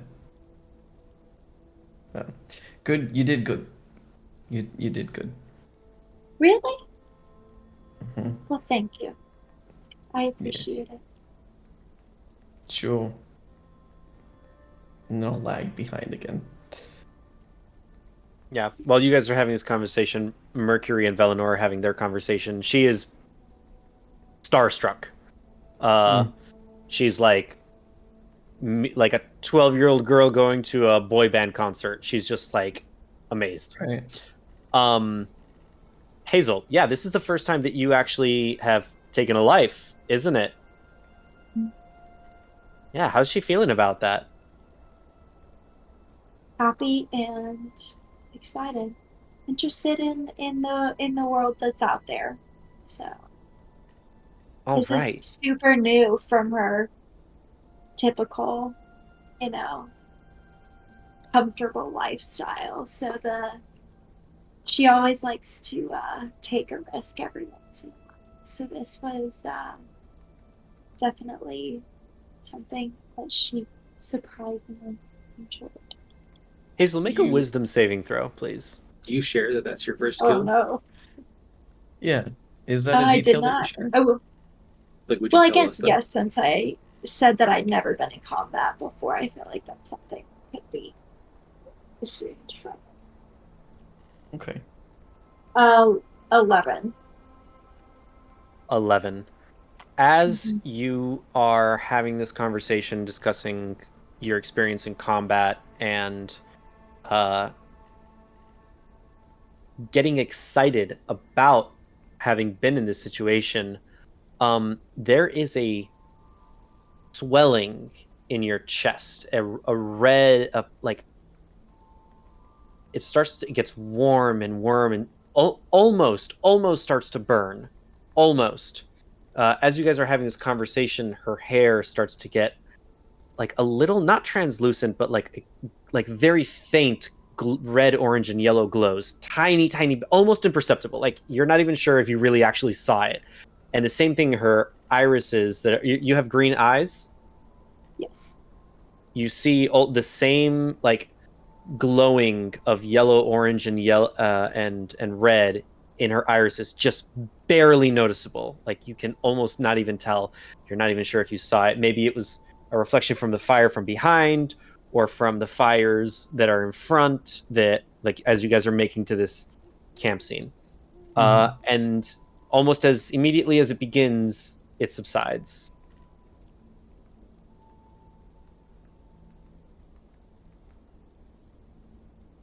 I stopped dead in my tracks, put my hand firmly on her shoulder.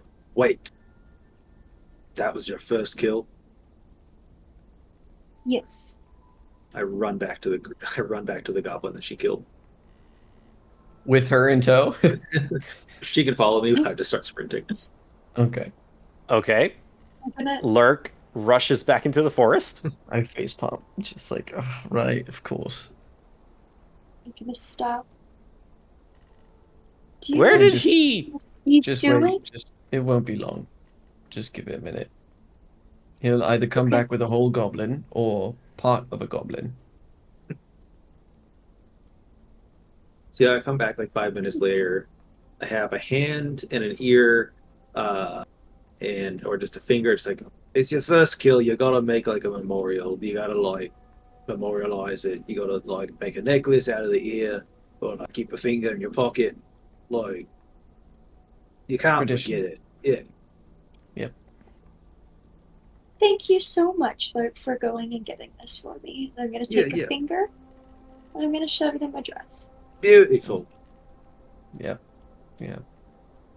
Velinor and Mercury just kind of like look at each other like, what the fuck? I completely ignore the whatever magical thing just happened. Mm-hmm. Good looking out, Lurk. Gotta care about the important stuff, you know. That's right. I'm really starting to feel like a member of the group now. Okay. I mean, you certainly killed most of those things, so. Right, yeah. We make a pretty good team out there. All right, you're getting too excited. Okay. You're not excited enough. You and me, we's partying later. First kill, big deal. It's true, it rhymes. That's how that works. Right. Shit, fuck. All right, fine. I'm partying too. Hell yeah. Yay. This is so exciting to have new friends. Maybe men aren't so bad. Men are trash. Maybe they are. Hazel doesn't know yet. Hazel doesn't know yet. She'll learn soon enough, I guess. Two of the seediest characters that have so far existed in Teslim, she's like, this is fucking great. I love these guys. Yep. You guys make it back to camp. As you break the tree line, you see Colin just kind of like indicate for two men to go, and they start to run towards you to check things out. When Velinor breaks the tree line, Azina sees this and starts running towards you guys. Two of her guard follow her. The other two stay with their super souped out caravan. And then Colin kind of looks back at her and just kind of like, and starts running like as well.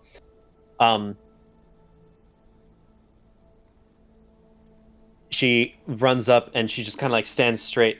Velinor, are you hurt? She like leans down. Is everything okay? What happened? These young ones helped save me, but there is a lot of important work to be done, Azina. I'm very, very happy to see you. Never mind that. And she like kneels down, puts her hands on him, and you see this yellow energy come from the lion that's on her breastplate, and her hands glow yellow and white, and you can hear a sort of like almost like a roar, like a lion's roar, and she healing hands him for like 150 points. I don't know how. Whatever amount. Yeah, I hear you. Whatever amount. She like high paladin amount. And she like stands up. She looks at you all. You all protected. What happened? You protected Velanor? First payment, then debrief.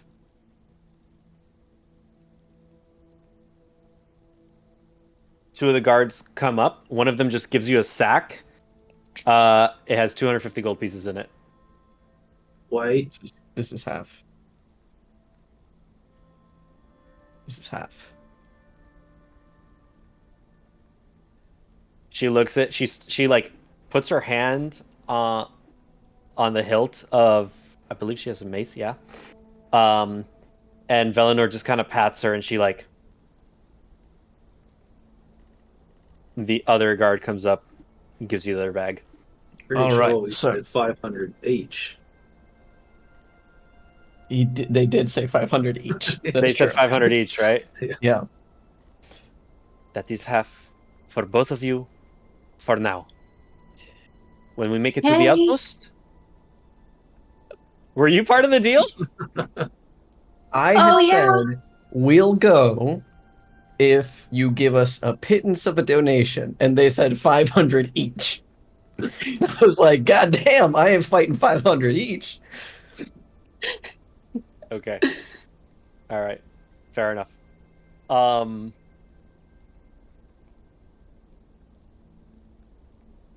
We will give you the rest when we make it to the outpost. I'm comfortable with that. So I'll divvy it up between us. And as I'm divvying it up, I will debrief all the details. I try to use big science words to sound impressive, and I don't do well. Make a performance check. I'm going to give you a bardic inspiration for that. All right. That is a natural 1. Well, the good news is that you can't crit fail a skill, so do you want to add your bardic inspiration? Nope. I'm going to go right in there and just be like, look, the big sky thing crashed in, and now the extra-renal powers supply Navarap systems malfunctioning. Mm-hmm. If he killed it, he would know. That's the scientific term. Try to keep up. And then the secondary auxiliary started going on the fritz. Mm-hmm. And now we need extra magic pulses to infuminate the ox ports. Okay. And as all this is going on, I'm just like mesmerized by this amount of gold that I have. I'm just like, yeah, whoa. It's a lot. That's right. There'll be 400 more for you when we get to the outpost. Oh. Mm-hmm. Crazy. It truly is. It's insane. I had fun earning it too. Terrifying, but wonderful. Yeah. Mm-hmm. Mercury just kind of nods along like, yeah. That was fun. Yeah. It's just truly horrifying. Yeah, I'll pocket that, and I'll do full debrief with whatever holes in my story being filled in by the rest. And I look at the commander and I go, deal's still on. All right. To Azina? Yeah, to Azina. Yeah, right. Okay, fair enough. Yeah. And I'll start planning for rest and blah, blah, blah. Yeah, she is technically commander. That's right. Yeah, that's one of her many titles. Yeah. Commander of the Bronze Legion. Uh, very well. We will. We've made camp for the night. What needs to be done? She looks down to Velinor. The crash site must be protected. Is there a way that we can advance now? Get to the outpost. The outpost is a few hours away. She looks to Colin. Right. Few hours away. We should be there, in the morning. And Azina kind of looks at him like, "What the fuck do you mean in the morning?" Like this look of like, "Are you serious right now?" He's like, we could send a detachment ahead and get some extra help here immediately. We'll give full account of what happened and see what gets done." And Azina like, okay, like, very well. These young ones helped a great deal. So make sure that they are taken care of. Azina just kind of like, they are taken care of. You all make it back to the actual campsite beyond the tree line. Colin has some men take one of the horses or two of the horses and ride off. The outpost is roughly like 3 hours of trek away. This is early evening when this happened, when you guys saw the crash occur. In the meantime, Azina is having 3 of her guard at the crash site, and Colin has 3 of his men at the crash site as well. Velinor, Azina, and Colin are all talking. You guys are welcome to like hang out with Lucille. She has her little campsite, has her regular pot of stew, good stuff. Mercury is trying to get into that conversation as well. At first, they're kind of like, but then she says something. Y'all can make a perception check, and then they let her be part of the conversation. 8. Ooh. I did real well on that one. Oh wait, but I have disadvantage. Sorry, hold on. Never mind, trash. 10. Lurk, what'd you roll? 8. Hazel? 11. You guys don't get anything out of this. Okay, so sorry. Dividing up the gold just so you guys can add it into your inventory. I gave 100 to Hazel, 100 to Myr, and I divided the remaining 150 between Lurk and I. So 75 for me? No, you and I have 150 each. Oh, a piece. Yeah. You know, for simplicity's sake, let's just say everybody gets half of it right now, which is 250. So just go ahead and add 250 into your inventory. Okay. Sure. Yeah, just for simplicity's sake. Works for me. They collect the rest from the souped up caravan. Dope. I'll give you that. I will say, when they go into their souped up caravan to like get some stuff out, get supplies out, all 4 guards are like standing at attention at the caravan, and they are like on the highest alert possible. When it's closed again, there's an incantation that you see gets placed on it, and then they relax again and they go back about their business. If there is nothing else, we can call it a night here. Like, you guys can take a long rest. We can wake up the next morning. How long do people want to go? It's 10:15 Eastern right now. How's everybody feeling? I mean, I could keep going for a bit, for sure. To you guys. Okay. Yeah, no, stronger. Tiffany? Cool. No preference, whatever. Okay. All right. Let's go for another 15 or 30 minutes, depending on where we land. Cool. So we party because of Hazel's first kill. Yep. And we get a long rest. Yeah, you all get a long rest. You all party. Aunt Lucille out drinks most of you. I challenge that. I will rage drink.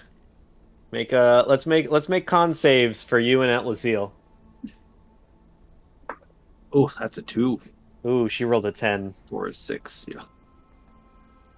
Aunt Yeah. Lucille. She does a great job.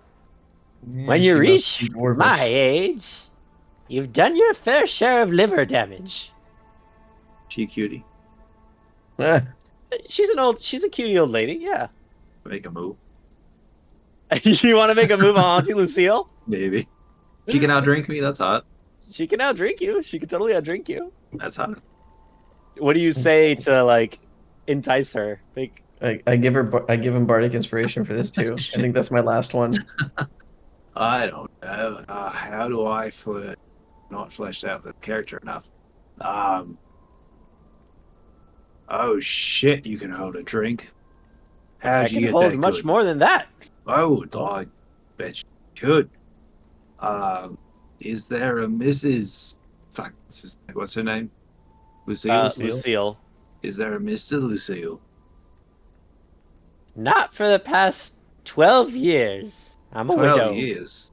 Oh, well.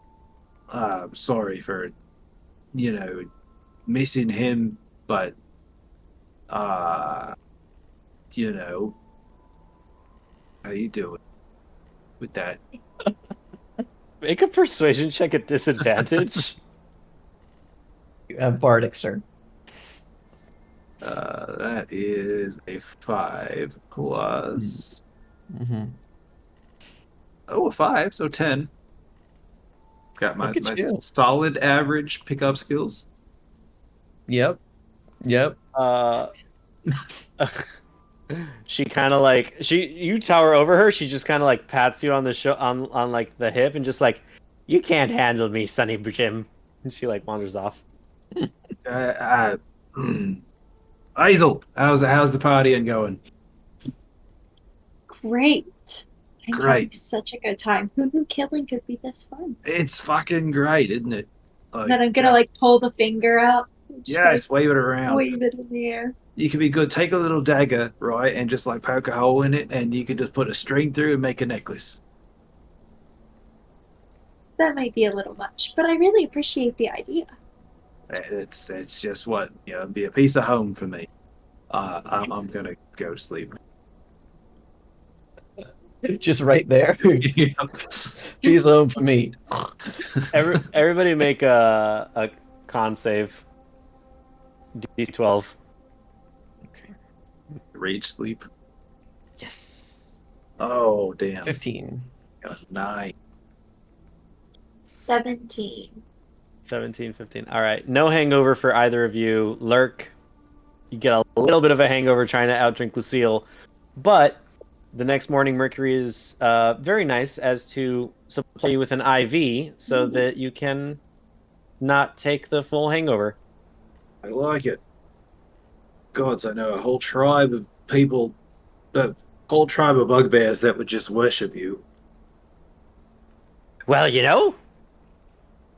could start a business. So this, mate. Yes. Be good. Be good. You got the Could do that. capital. That's right. Do. Mm-hmm. I'll This? supply the clientele. Yeah, We'll go into business together. I like it. Sound good to me. Mm-hmm. Mm-hmm.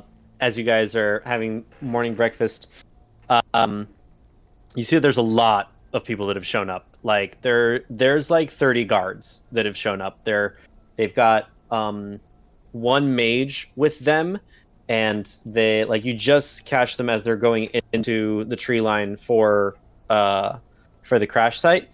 Velinor is there at the tree line, and he turns around, sees you guys, and he comes to you all. Good morning. How's did everybody sleep? Fantastic. How No much so? complaints over here. Didn't do much sleeping last night. A lot of work to do. Need to be done. Mercury, your help was indispensable last night. I appreciate that. So here's what I'd like us to do. We're going to make our way to the outpost now.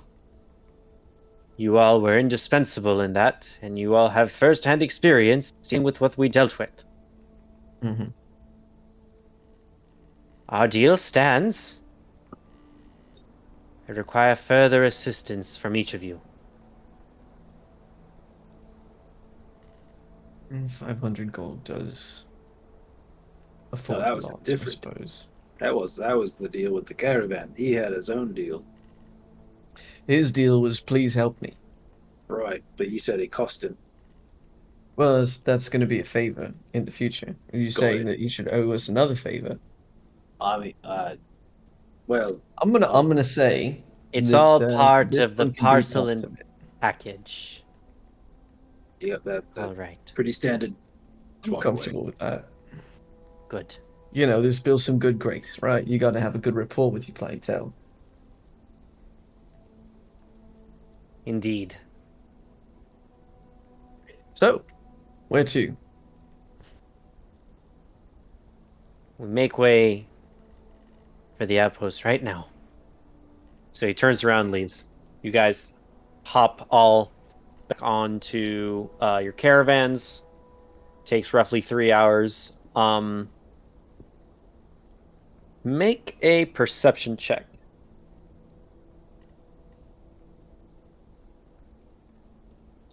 17. Natural 20 again. Jeez. Yo! Where were these when I was fighting? 24. 18. Okay. Damn. You all rolled incredibly high. Mercury is off with Velinor and Azina tending to other things. As you guys are packing up and everything's getting together, the guards are forming their perimeter. They're establishing their like makeshift camp, base of operations here.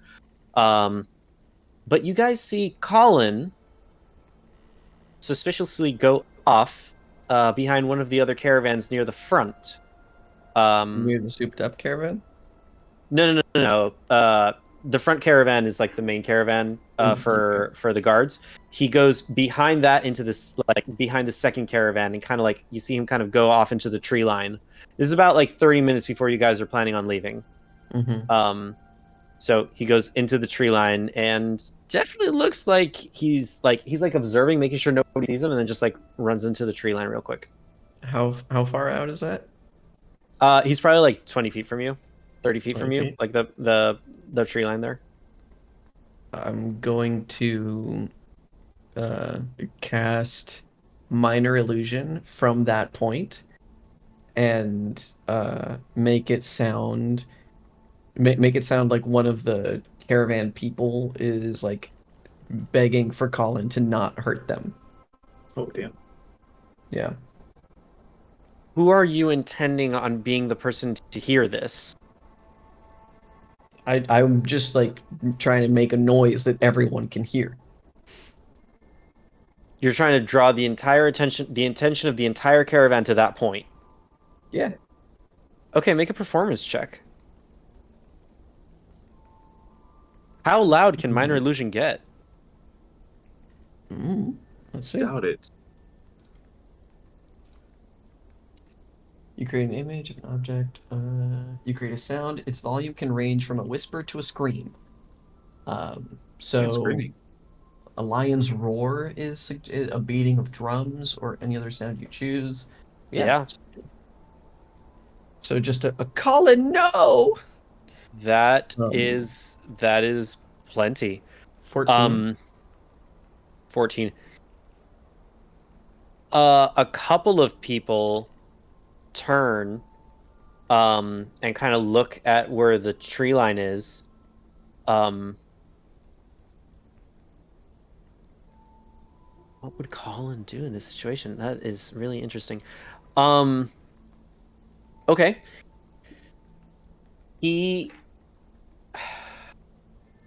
Yeah, there's a few guards that look in that direction. They take a look-see. A couple of the guards go into the woods to see like what's going on. Spears drawn. And a few minutes pass by, a bit of a crowd forms. Keeping my eye on that area as I Yeah. just stay over to Hazel. See, never be the first to go check something out if you can get someone else to go. I'm learning so much from you, Mm-hmm. honestly. So a bit of a crowd forms, and after that, the two guards walk out with Colin. One of them looks like they're pissed at Colin, and he's just following that person. The other guy says, "It's nothing. It's nothing. Bit of mischief. We don't know what happens. Captain's fine. Everyone's fine. Nothing's occurred. Go about your business. Get ready. We're heading out in 20 minutes." Um, Now we yeah, got some interesting questions to ask. that's what you see. I don't think Mer has this capability, but so there's this spell that I've seen used in interrogations. Makes people not lie, or at the very least, the deceptions are revealed. I get excited at the word interrogation. Yeah. I'd wager that at least probably the commander has something that could fit the bill. Let's go see what's up, shall we? Yeah. You're gonna go talk to Azina? First I'm gonna go talk to with Lurk, if he'll join me. Oh yeah. We're gonna go talk to Colin, Hazel. Yes. It really is unfortunate that we're the first experience you're having of men. So here's what I'm gonna say. Really is. You're more than welcome to come with us and learn about all the horrible things that we are more familiar with. But you could go check out what he was doing before, or I'll tell you what, since you're new to this whole side of the world, our plan is this. We're going to go threaten him, tell him that we'll find out what it was that he was doing, unless, of course, he can offer some good trades. He won't be able to, because nothing that he's going to offer is going to be good enough. So, he'll be at a loss, right? We'll still gather that information, which gives us leverage. Then we're going to go talk to Azina, and then use the information however we see fit. The question is this. Of course, if he rejects our threats, then we either do good on them or we go get Azina first and then talk about it. What's your thought? Well, as tempting as it is to watch you go and do that, he still, honestly, creeps me out a lot. So I think that I am gonna go and look at where he came from. See if I can figure anything out. All right. And of course, if you don't find anything, we'll point you in the direction of Azina then. Yeah? Yes. Wonderful. Lurk, it's time to get our dancing shoes on. Yes, finally. All right. Okay. Let's go with Hazel first. Are you trying to be stealthy going into this part of the woods? No, you're just walking in? No, just walking in. Walking in, fair enough. Nobody thinks anything weird about a druid wanting to be near trees, so that's fine. You walk in, make a survival check, a perception check, or an investigation check. Up to you. I will have given Bardic Inspiration to her before she walked off as well. Sounds good to me.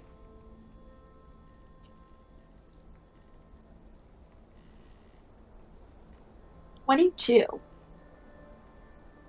Okay, yeah, absolutely. You break the tree line. You see where there are footsteps. You're being surrounded by trees and nature is your bread and butter. This is what you are good at. You know how blades of grass are meant to lay. You know how branches hang. You know the movement of animals. And you know when something's out of place. as you follow the steps that was left by somebody who is of less tactful dexterity, you come to a spot behind a tree. There's not a whole lot left, but what you find is what you can make out to be it looks like human hair that looks like it's part of like it's like a patch of some kind. You also see a makeup pen, a white makeup pen, and you see a bit of like adhesive substance here. It's kind of like glue. You put together that this is part of potentially a disguise kit. So yeah, that's what you find. Can I pick them up and put them in my dress? Yeah, pick them up, put them in your dress. All right. With that, would you like to do anything else? I think I'm just gonna hang out there for a little bit with the trees. Okay. Go Caravan? walk a little bit away from the footprints, away from Okay. that area, into the Okay. woods and just sit next to the trees. Caravan does leave in 20 minutes, so keep that in mind. Raymond and Lurk, you guys are going to find Colin? Yeah, Sneak up on him. that's right. Okay. You guys are both stealthing? Yeah. Again, I think I'm just walking inconspicuously, like when I'm not trying to seem like I have any intention. Understood. Okay, make a deception check. We're trying stealth. I will say this is like early mid-morning. Cool. Lurk, go ahead and 18. stealth. Oof. 9? Did you say 9? Yep. Okay. I got an 18.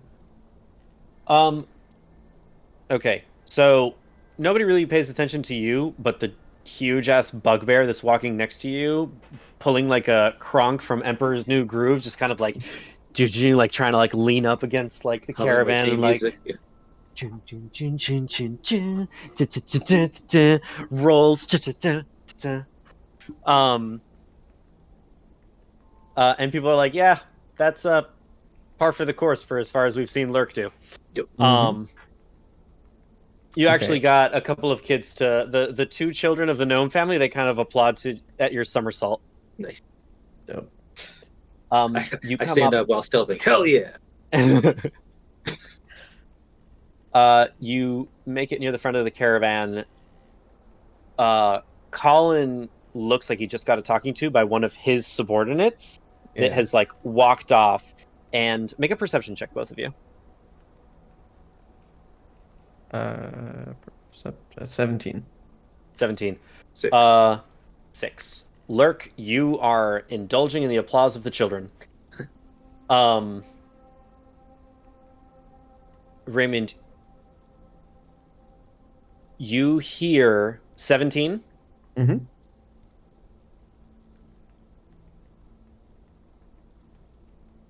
You hear the guard say, "It's not for you, for him. Don't fuck it up," and walks away. And Colin just kind of left. You, it's for him. And Colin kind of looks like crestfallen. And he goes to like turn to go like walk behind the caravan and comes face to face with you and goes, yes, Mr. Shaw, Mr. Lurk, what can I do for you? We're leaving soon. I hope you're all packed and prepared and ready to go and get out of here. We have a lot to do. Very important stuff. It's something really wonderful about you, Colin, is that you just fucking love to talk. So do me a favor and talk about something a little bit more interesting. Maybe. Do you seem a bit down? Am I making that up? Look, does he seem like he's a bit down? Surprise! Oh, yeah. Seem pissed. Yeah. sad at the same time. Right. See, and I envision myself as someone who likes to solve problems. See you here as my friend who seems to be in a bad mood. I just like to punch things that cause bad mood. Yeah, So, yeah. And, to add to that, just to sort of reframe things as well, now that we're here chatting, um, given last night, at your wonderful, generous contribution, we do seem to be in a rather good position, right? Good standing with the other powers that be. Um, Maybe we could put in a good word for you, help you out. Yeah, what's going on there, Colin? What do you want? punch I the think problem. I think we were pretty clear. Yeah, he wants to know what the problem is, so he could punch it, and I just want to know what the problem is. Make a either intimidation or persuasion check. No, I'm going intimidation. I am Am I proficient. getting Can I help? helped by? Yes, I am Yes. proficient and I can help that. You Hell go yeah! ahead. Advantage. This is why I have expertise in intimidation. Okay, that's gonna be Doesn't matter. I rolled a 2. What'd you roll? amazing. Yeah, 21. You see his lip start to quiver. He just gets red and he's like fighting back tears. And he just looks down and goes,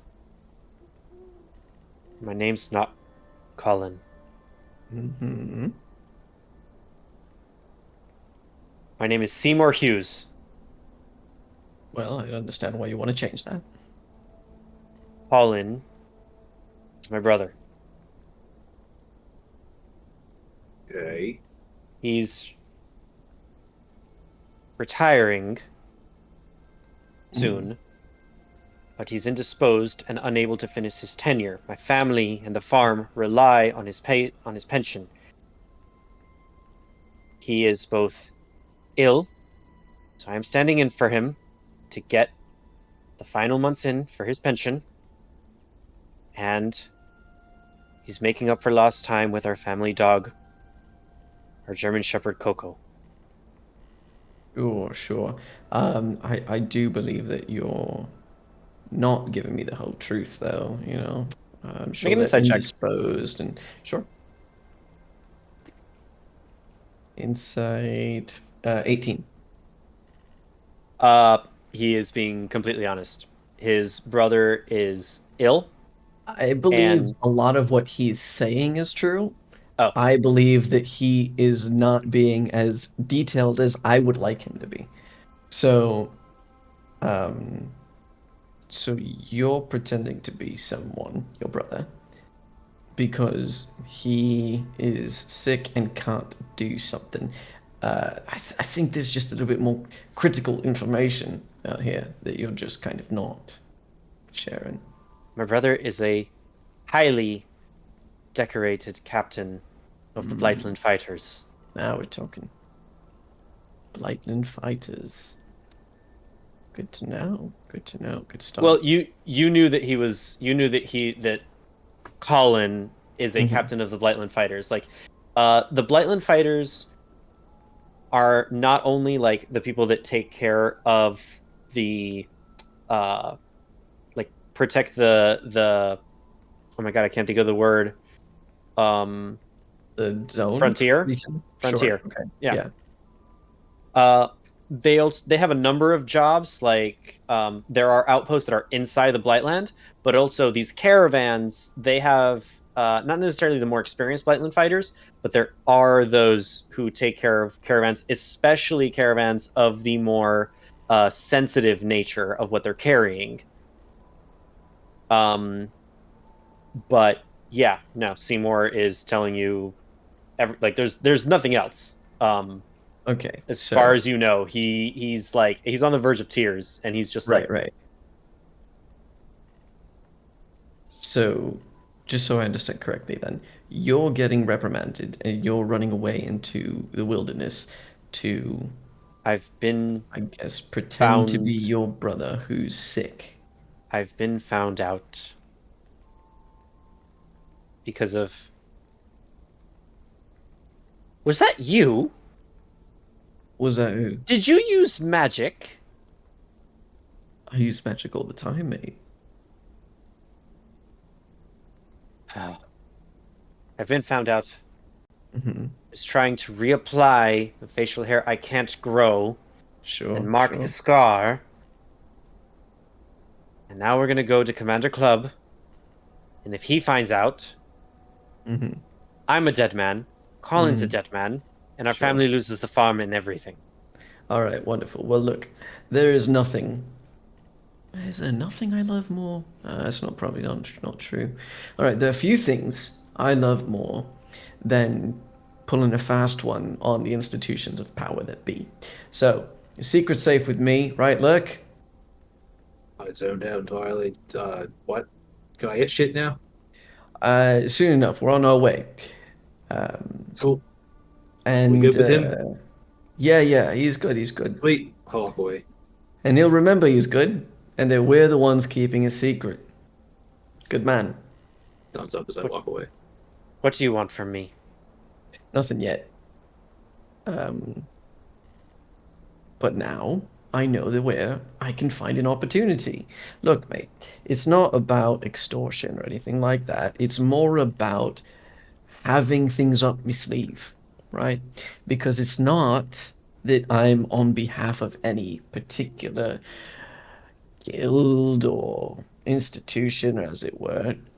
Sure, I technically am, but I'm not. Do you know what I mean? Because they have power too, and they have interests, and they don't always align. So, know that when someone owes me a favor, and sometimes Lurk, it's not that you owe an institution a favor, it's that you owe me. It's not always the same. But for the purposes of this journey and any interactions you might have to not be found out, I've got you back. So, um, I'm gonna give him a bardic inspiration as I go, do better with the makeup, mate. And I walk away. As you're walking away and Lurk is a few Mhm. paces ahead of you, he says, well, I hope I can count on your discretion. And Always. in Thieves' Cant, Mhm. Lurk, you have Thieves' Cant at this point, right? Yes. Yeah. In Thieves' Cant, he says, favors are richer than gold. And Sure are. the right favors can lead you a long way. Mhm. That's right. I just give him a thumbs up. Yeah, same. Gifts continue my thumbs up and Mhm. He turns and leaves. I did in fact give him a bardic inspiration, by the way. Cool. So I am 2 down. And we'll meet up with Hazel. Very generous. He's rolling like shit for his disguise kit. Yeah. Hey there. So, what'd you find out? I'm gonna walk out of the woods that I was in to meet them when they come up. I found some interesting stuff. Mm-hmm. I'm gonna pull out the makeup pen, the hair, and the glue. Mm. Show it to you. Well, this does coincide with what he told me. So he wasn't lying. No need to go further in terms of interrogation. Um, he's in a bad spot. He's trying to make it better.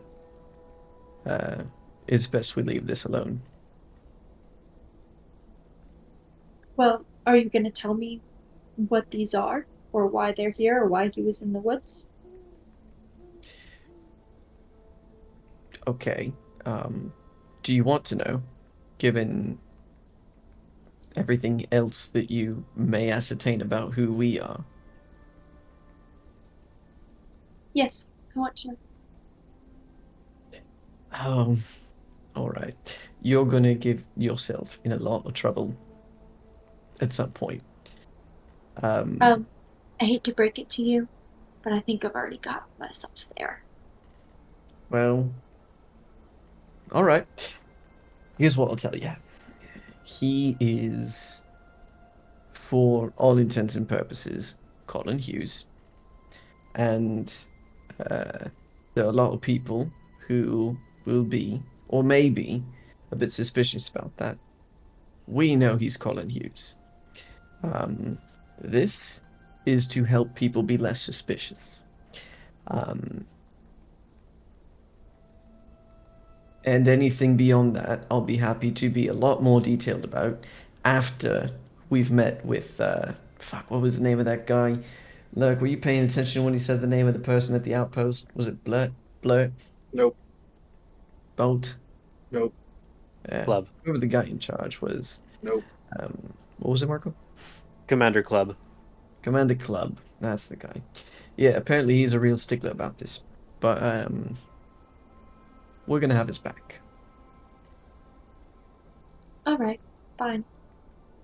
Alright, He thanks still so much. creeps me out, though. Oh, he's creepy as hell. Absolutely. I mean, just because you're doing something that you're trying to do and it's the right thing to do doesn't mean you're not creepy. And he definitely does have a air of self-importance, but, whatever. As long as I don't have to talk to him one-on-one again, I'll be just fine. If he's within 120 feet of me, I'll cast a message and be like, hey, Hazel doesn't want you to talk to her one-on-one anymore. No response. It lands. No response. He got the message. We're good. And that's it. Cool. Cool. You all pack up. The caravan makes its way to the outpost, and that is where we're going to end our session for tonight. Right. Awesome. Yay, I got to intimidate someone. Good job. And Lurk got to sneak. And great. I'm very concerned about Hazel being excited about killing. That catches on quick. You never realize sure the does. character until it's too late. That's right. Yeah. That's what this is for. Thank you all very much for joining. Enjoy the next session, and we'll see you next time.